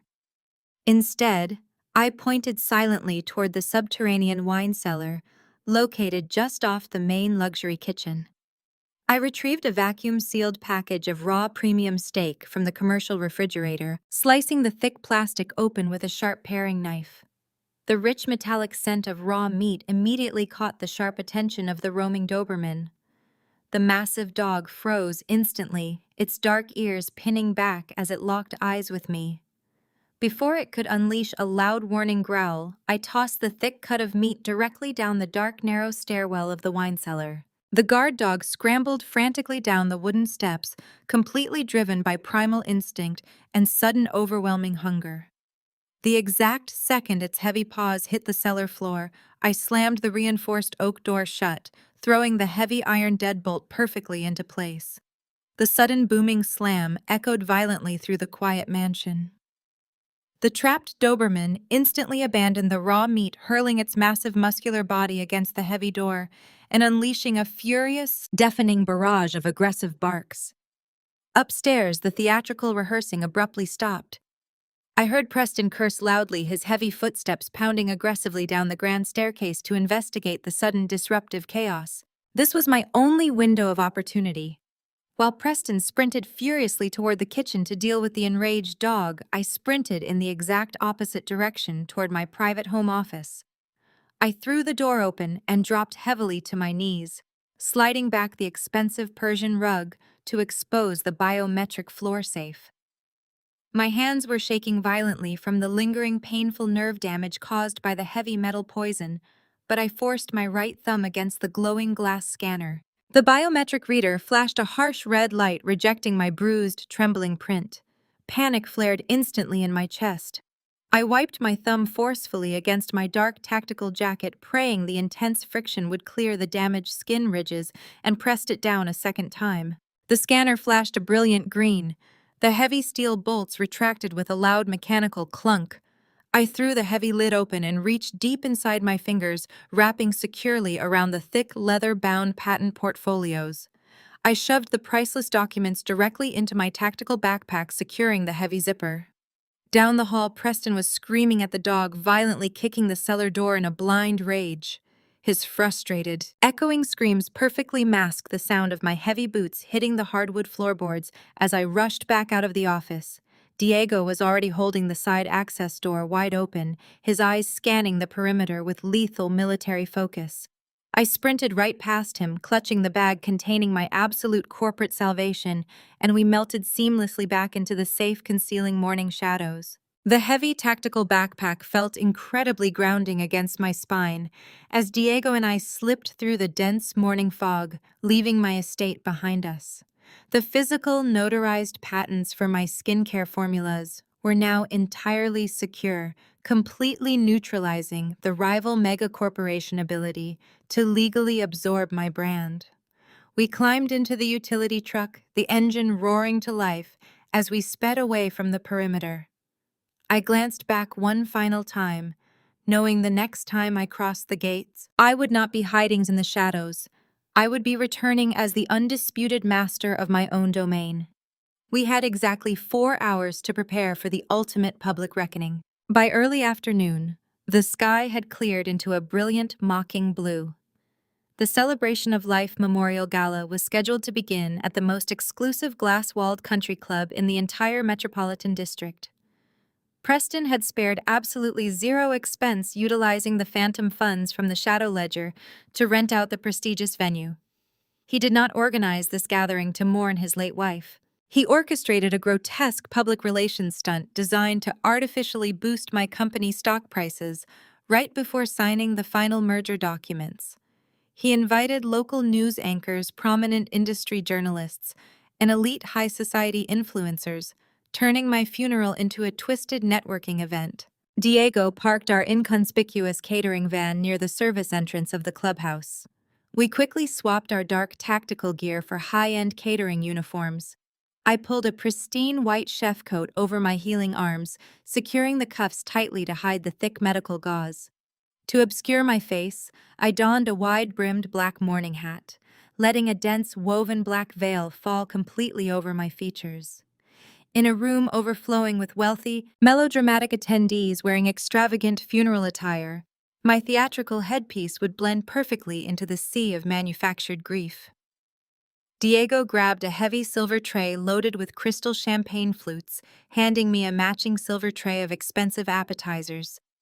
We walked confidently through the swinging kitchen doors, stepping directly into the lion den. The main ballroom of the country club was absolutely massive, featuring panoramic floor-to-ceiling windows that offered a breathtaking view of the manicured golf greens. The space was packed shoulder to shoulder with corporate rivals, wealthy investors, and flashing press cameras. Enormous, ostentatious floral arrangements of stark white stargazer lilies flanked a towering, digitally enhanced portrait of me smiling at a previous charity gala. The sheer scale of the hypocrisy made my stomach churn violently. I kept my head angled downward, allowing the dark veil to shield my identity, as I glided seamlessly through the crowded room, offering trays of expensive food to people who were actively gossiping about my sudden, tragic demise. From my hidden vantage point near the towering ice sculpture, I easily spotted my treacherous husband. Preston stood squarely in the center of a blinding media cluster, executing his grieving widower routine with sickening perfection. He wore a sharp, custom-tailored black suit dabbing at his dry eyes, with a monogrammed silk handkerchief, while answering questions from a prominent financial reporter. He spoke eloquently about carrying on my legacy, manipulating the narrative to ensure the impending corporate buyout appeared as a noble, heartbreaking necessity rather than a hostile, greedy takeover. Standing mere feet away, positioned carefully just outside the camera frames, was Monica. My traitorous chief financial officer wore an impeccably fitted dark designer dress, holding a thick leather-bound portfolio tightly against her chest. I knew exactly what was inside that portfolio, the finalized merger contracts ready to be signed the moment the memorial speeches concluded. She surveyed the wealthy crowd with an expression of pure, unadulterated arrogance, thoroughly convinced she was mere hours away from receiving a $30 million offshore kickback. She caught the eye of Preston across the room, sharing a rapid, secretive smile that radiated absolute lethal overconfidence. They were celebrating their victory on the ashes of my life, completely unaware that the very foundation beneath their expensive shoes had already been rigged to detonate. Near the front of the stage, I spotted Brittany, my ungrateful teenage stepdaughter, slouched carelessly in a premium reserved seat, wearing a highly inappropriate glittering cocktail dress that violated every standard of funeral etiquette. She was aggressively texting on her smartphone, looking profoundly bored and entirely unaffected by the somber atmosphere. She clearly possessed zero remorse for the destructive joyride that had landed my vintage Porsche inside a luxury boutique, firmly believing her new stolen inheritance would easily erase the felony hit and run. Suddenly, a distinct ripple of tension cut through the murmuring crowd. The heavy glass doors at the main entrance swung open and the atmosphere shifted immediately. Vanessa and Jamal walked down the central aisle, their presence commanding absolute, undeniable attention. My sister wore a sharp, elegant black suit, her posture rigid and her eyes burning with a cold, terrifying fury. Jamal walked closely beside her, his towering frame projecting an aura of quiet, devastating power. He carried his heavy titanium laptop case, the digital weapon that currently held the entire fabricated financial existence of Preston and Monica. Preston faltered slightly, his fake smile tightening as he noticed his sister-in-law and her formidable husband taking their designated seats in the very front row. He clearly expected them to be entirely incapacitated by grief, too devastated to pay close attention to the corporate proceedings. He completely failed to recognize the lethal determination radiating from their fixed stares. Jamal set his titanium case carefully onto his lap, his fingers gently tapping the metal surface. He locked eyes with Preston, offering a chilling, knowing smirk that caused my husband to visibly swallow hard. I stood silently in the shadows of the catering station, gripping my silver tray as the final pieces moved into position. The definitive trap was perfectly laid, and I was now ready to completely annihilate them once and for all. The acoustic doors of the main ballroom clicked shut, sealing hundreds of guests inside the glass-walled country club. A hush fell over the crowd as the string quartet ceased playing. Preston stepped up to the crystal podium, adjusting the microphone with practiced theatrical solemnity. He gripped the edges of the stand, bowing his head just long enough to let the silence build into thick, uncomfortable tension. When he finally looked up, his eyes were masterfully glassed over with forced tears. He launched into a sickeningly manipulative speech about profound love, devastating loss, and the heavy burden of carrying on my legacy. He spoke about our marriage as a flawless fairy tale, painting himself as the devoted husband holding my hand while an illness stole me away. Every word dripping from his mouth was a calculated lie designed entirely to manipulate the wealthy investors and corporate rivals in the audience. Standing proudly just one step behind him was Monica. My chief financial officer wore an expression of unadulterated triumph disguised as professional mourning. She clutched a thick leather-bound portfolio tightly against her designer dress. The finalized corporate merger contracts were sitting inside that sleek folder, waiting for the ink to guarantee their $30 million offshore kickback. Monica angled her body to ensure the press cameras captured her standing as the capable corporate pillar supporting the shattered widower. Down in the very front row, sitting directly in the line of sight of the flashing media cameras, was Brittany. My stepdaughter slouched aggressively in her premium velvet chair, her posture radiating absolute disrespect. She did not pretend to listen to her father deliver my eulogy. Her head was bowed, her thumbs flying across her smartphone screen as she texted her friends. She was likely finalizing her party plans or bragging about the luxury vehicles she intended to purchase with my stolen wealth. She popped a piece of chewing gum, oblivious to the federal charges currently pending against her for grand theft auto. The sheer callous apathy radiating from her was staggering, but it only fueled the icy, lethal rage pumping through my veins. Preston skillfully brought his fabricated eulogy to its emotional climax. his voice cracking with perfect rehearsed precision. He wiped a non-existent tear from his cheek with a handkerchief. The room hung onto his every word, entirely captivated by his masterful deception. He announced to the silent room that my final wish, whispered in my dying breaths, was to ensure the wellness brand survived my tragic passing. He pivoted the narrative, framing the hostile corporate takeover not as a greedy cash grab, but as a noble fulfillment of my dying request. The sheer audacity of his performance made my grip tighten painfully around the silver catering tray I held in the shadows. To honor my late wife and execute her final corporate directives, Preston announced, gesturing grandly toward the front row. I invite our trusted family representative to the stage for the formal financial transition reading. Jamal stood up from his velvet chair.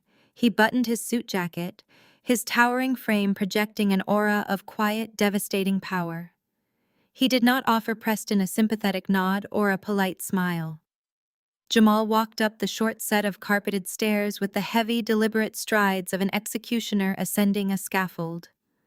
He carried his titanium laptop case in his left hand, the metal surface gleaming under the stage lights. Preston stepped aside, offering the podium to my brother-in-law, completely oblivious to the lethal digital weapon Jamal was carrying. Jamal set his titanium case down on the crystal podium. He did not open the leather portfolio Monica eagerly offered him. He did not unfold any legal documents or read a single word of the fabricated equity transfer. Instead, Jamal reached into his pocket and extracted a sleek, encrypted flash drive. He looked directly at the massive audio-visual control deck integrated seamlessly into the side of the podium. With unwavering precision, Jamal plugged the flash drive directly into the main projector port. He did not say a single word to the confused, silent crowd. He simply tapped a quick sequence of commands into the touchscreen interface. The high-definition screens, suspended directly behind Preston and Monica, violently flickered.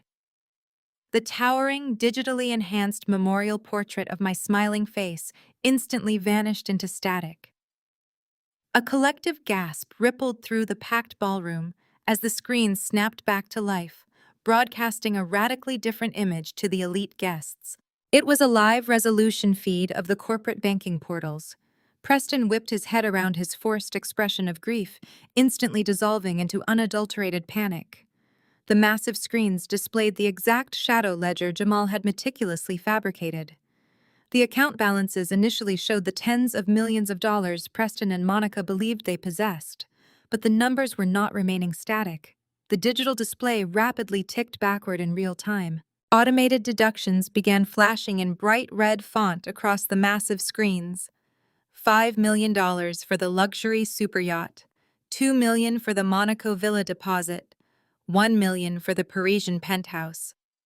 The crushing debt they had accumulated over the past 48 hours was violently colliding with the phantom funds Jamal expertly controlled. The massive fabricated corporate reserves were draining at a terrifying exponential speed. Monica shrieked, dropping her polished professional facade as she lunged toward the podium, desperately trying to yank the flash drive from the port. Jamal easily blocked her path with his towering frame, standing like an impenetrable brick wall. Preston staggered backward, his mouth opening and closing in silent horror as he watched his stolen fortune evaporate into the digital abyss. The numbers on the screen plummeted ruthlessly, crossing the threshold from millions into thousands, from thousands into zero, and finally plunging deep into an inescapable negative balance. The trap had officially sprung. The slaughter of their stolen lives was now permanently broadcasting live to the stunned world, leaving them with absolutely nowhere left to hide. The massive digital screens behind the crystal podium continued to flash the catastrophic negative balances, casting a crimson glow over the shocked faces of the elite attendees. The absolute devastation of their fabricated wealth held my husband and my chief financial officer completely paralyzed on the stage. The murmurs of confusion among the wealthy investors and corporate sharks began to swell into a chaotic wave of panicked whispers. They stared at the plummeting numbers, attempting to comprehend the sudden financial implosion, broadcasting live at a memorial service. Down in the front row, my sister Vanessa and her husband Jamal remained perfectly still, their expressions carved from ice as they watched the trap snap shut around the traders. The audio technician scrambled frantically at his mixing board in the corner, desperately trying to cut the video feed, but Jamal had locked the system with federal encryption. The horrifying reality of their inescapable, multi-million-dollar debt was permanently burned into the retinas of every single executive in the room. At the absolute height of the mounting confusion, the heavy wooden double doors at the very back of the country club ballroom swung open with a violent, resounding crash. The heavy impact reverberated through the expansive space, instantly drawing hundreds of eyes away from the digital carnage on the screens. The somber ambient string music echoing through the overhead speakers abruptly cut out, leaving a thick, suffocating silence in its wake. I stood squarely in the threshold, flanked by the long shadows of the afternoon sun filtering through the glass walls. For a fleeting second, I remained hidden beneath the oversized morning hat and the dense black veil I had worn while posing as a caterer. With slow, deliberate precision, I reached up and ripped the dark netting away from my face. I unbuttoned the oversized black catering coat and let it slide off my shoulders, dropping the heavy fabric carelessly onto the polished hardwood floor. Beneath the dark disguise, I wore a striking, impeccably tailored crimson suit. The vibrant blood-red fabric was a stark, intentional contrast to the bleak funeral attire suffocating the room. It was the exact color Preston had always forbidden me from wearing, claiming it drew far too much attention. Today, I wanted every single ounce of their attention. I stepped forward, leaving the shadows of the entrance behind me and stepping fully into the bright, unforgiving light of the ballroom. I began my march down the long center aisle. My sharp heels clicked rhythmically against the pristine marble flooring, the sharp, echoing sound cutting through the dead, silent room like a ticking metronome. The lingering physical agony of the heavy metal poison still burned deep within my muscle fibers, but the pure, unadulterated adrenaline of this profound reckoning completely overrode my damaged nervous system. I walked with a lethal, uncompromising posture, radiating an aura of absolute dominance. As I moved past the rows of velvet chairs, sharp gasps erupted spontaneously from the crowd of high society elites.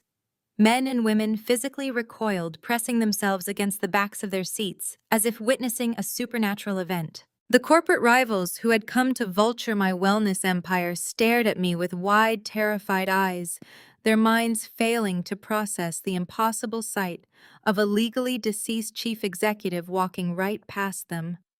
I ignored their shock entirely, keeping my gaze locked with laser precision on the stage ahead. As I neared the front row, my peripheral vision caught the sudden jerky movement of my stepdaughter. Brittany was completely slouched in her premium seat, her thumbs hovering over her smartphone keyboard. The exact moment her eyes lifted and processed my living, breathing form walking toward the podium, the arrogant boredom masking her face shattered into an expression of sheer, unadulterated terror. Her jaw dropped slack, the color completely draining from her cheeks. The expensive smartphone slipped right through her trembling fingers, hitting the hard marble floor with a sharp crack that shattered the glass screen. She shrunk back into the velvet upholstery, pulling her knees tightly toward her chest.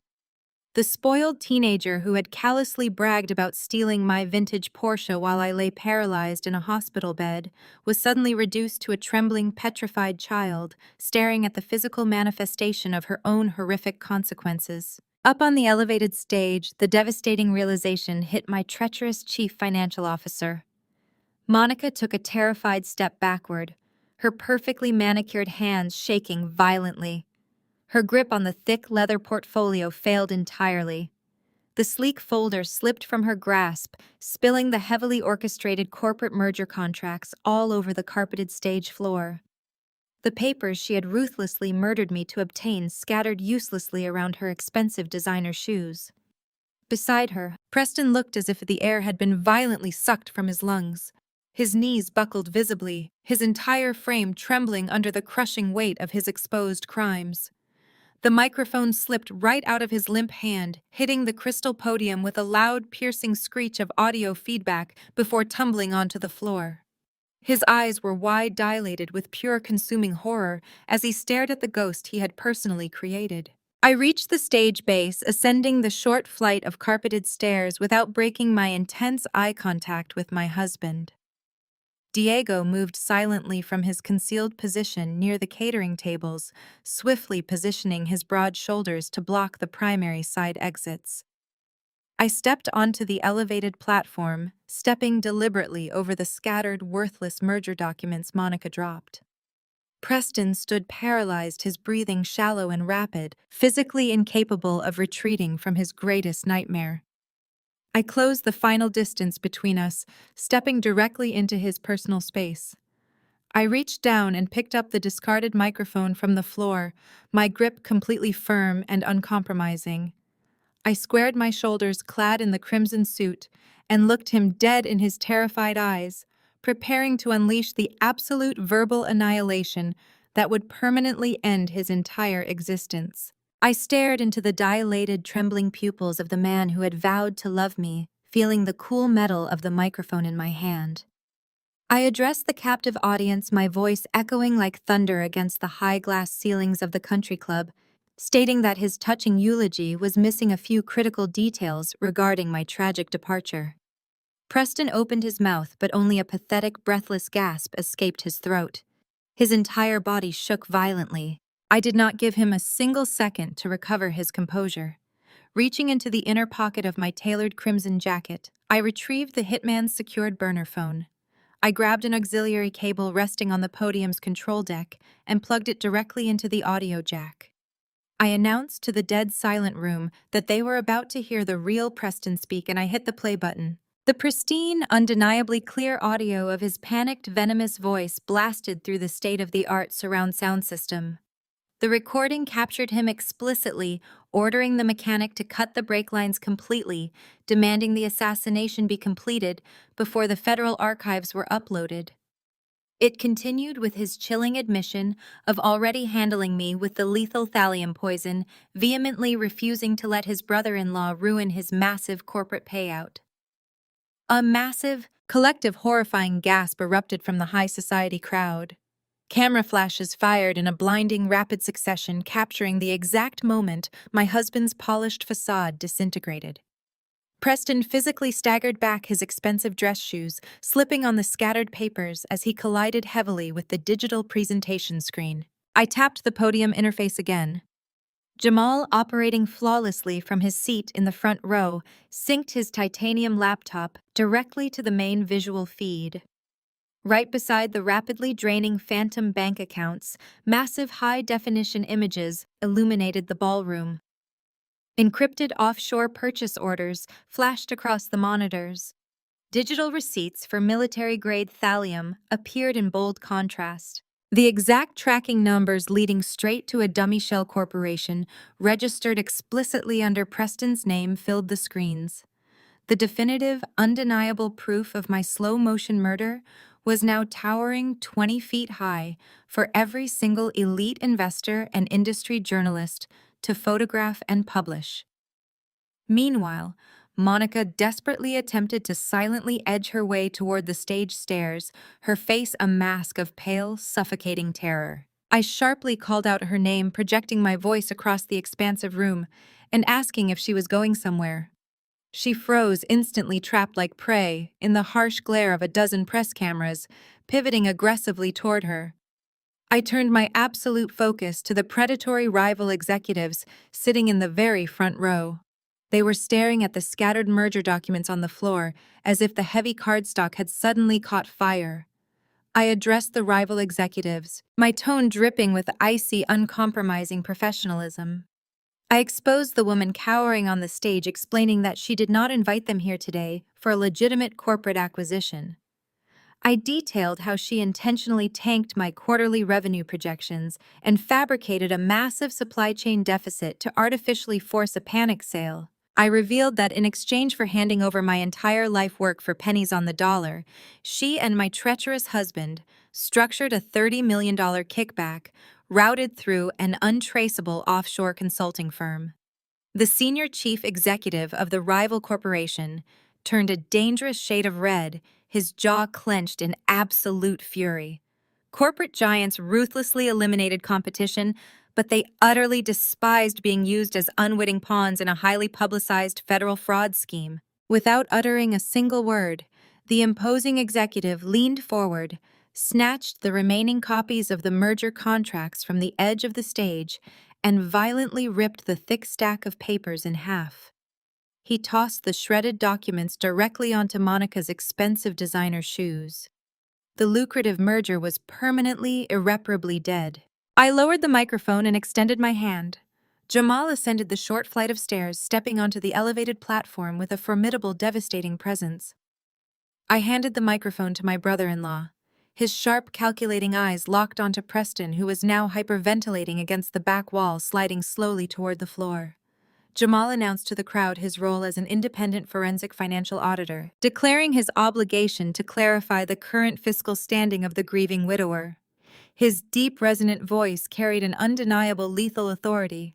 He gestured toward the massive screens where the catastrophic negative balance flashed in blinding crimson numbers.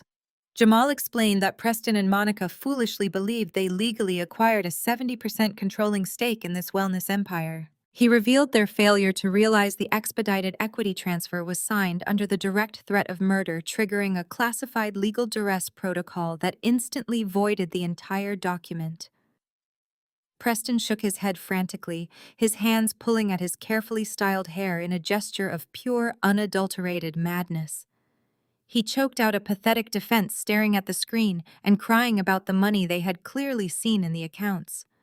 Jamal coldly corrected him, offering zero mercy as he explained the digital mirage. He detailed how he had personally engineered a shadow ledger, allowing them to spend the last 48 hours celebrating a fortune that never existed.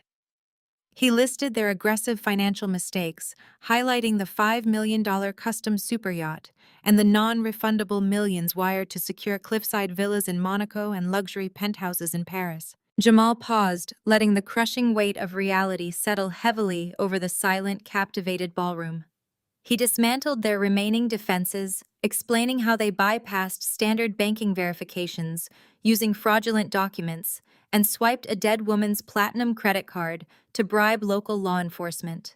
He finalized his devastating report by announcing that every single signature they authorized bound them tighter to severe federal crimes.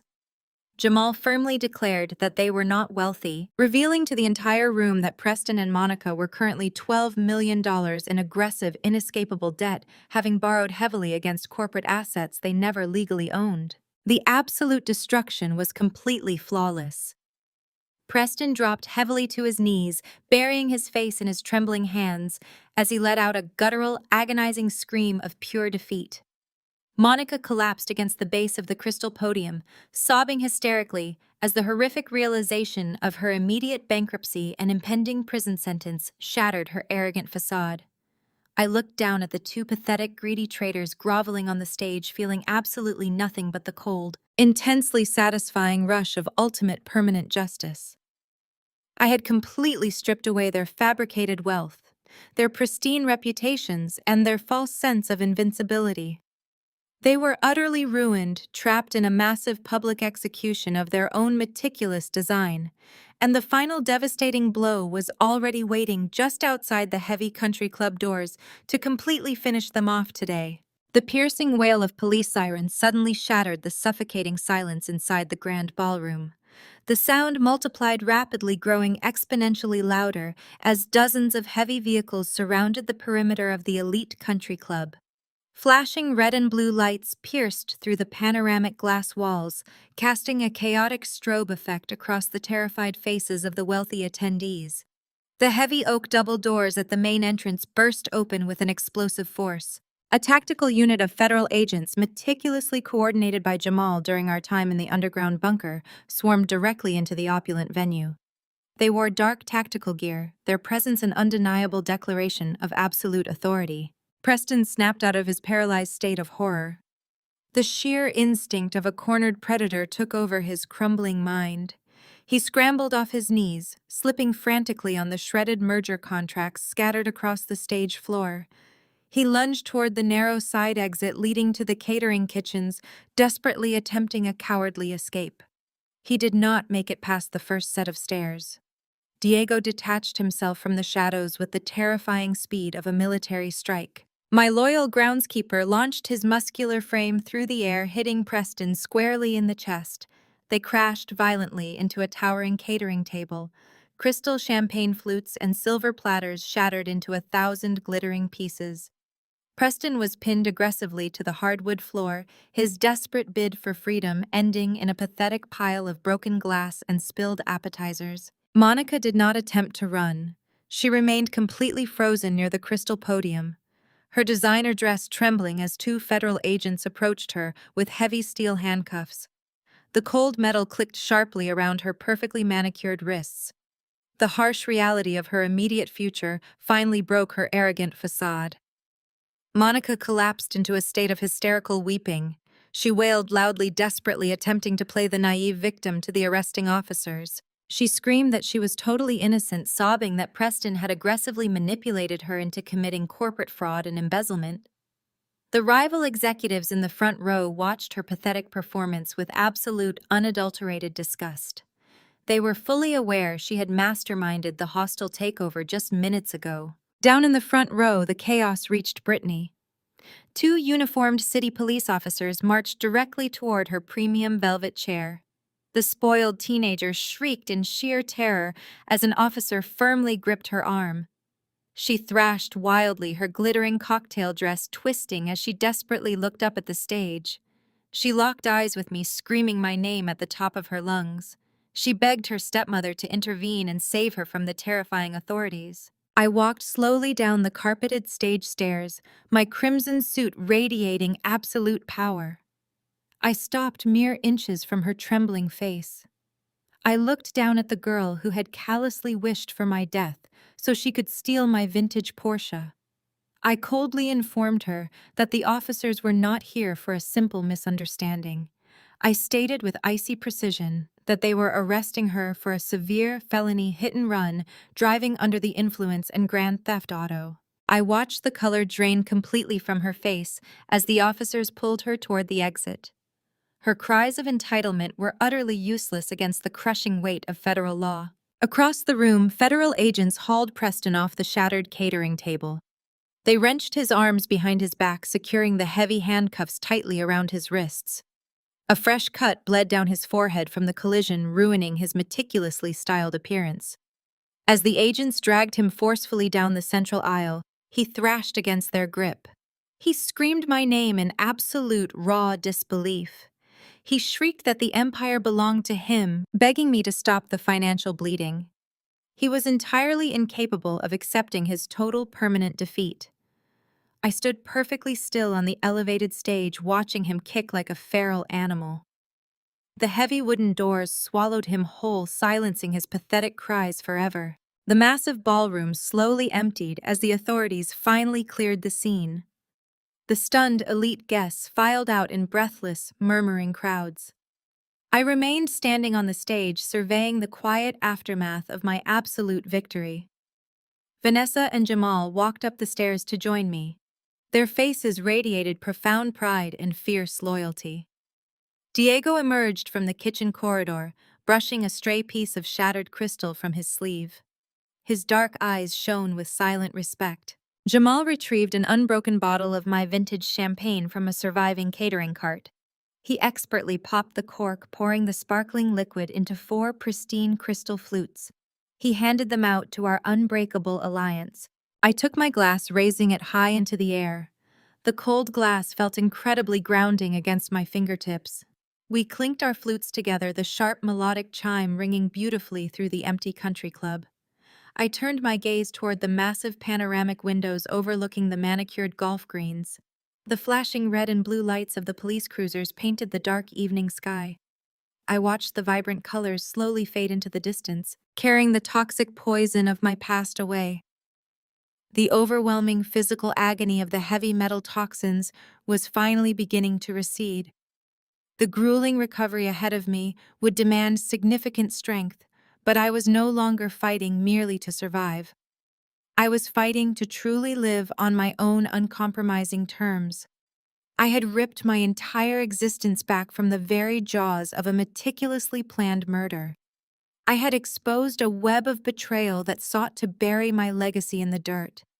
I took a slow, deep sip of the crisp champagne, letting the exquisite taste anchor me to this victorious reality. My sprawling, organic wellness empire, my hard-earned massive fortune, and my highly coveted, beautiful life were entirely mine again. And this time, absolutely no one else would ever take them away.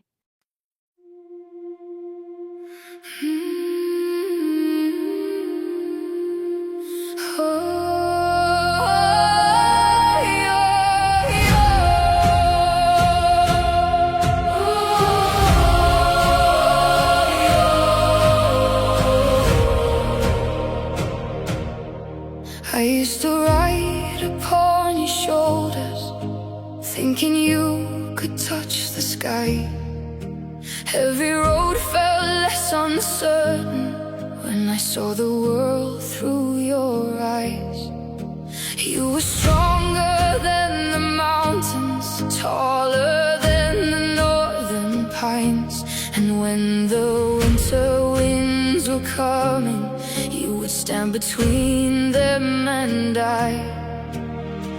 Time kept moving like the river, years slipped slowly out to sea. But no matter where life took me, you were always part of me. I am my father's daughter, in every step I take, in every time I choose to stand. When it's easier to break, I carry your courage in my heart, your fire inside my soul. And though the years keep moving on, your love still leads me home.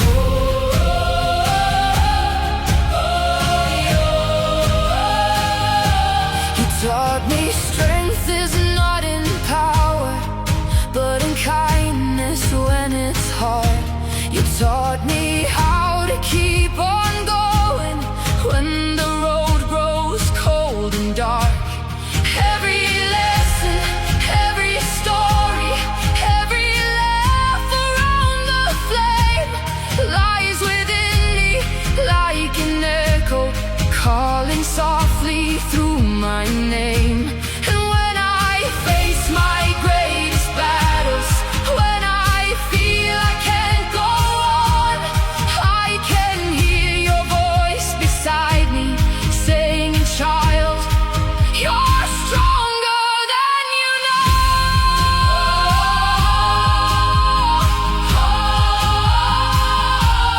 I am my father's daughter, in every step I take, in every time I choose to stand. When it's easier to break, I carry your courage in my heart, your fire inside my soul. And though the years keep moving on, your love still leads me home.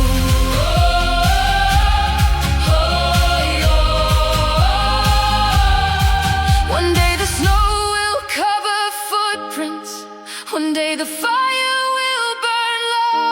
But the things a father gives his daughter are the things that never go.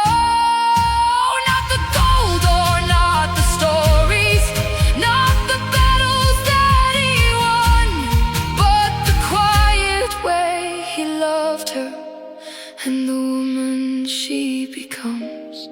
I am my father's daughter, and I always will remain. Through every triumph, every loss, through every joy and every pain, the world may change around me, the stars may fade above, but I will always carry with me my father's endless love. And when they ask me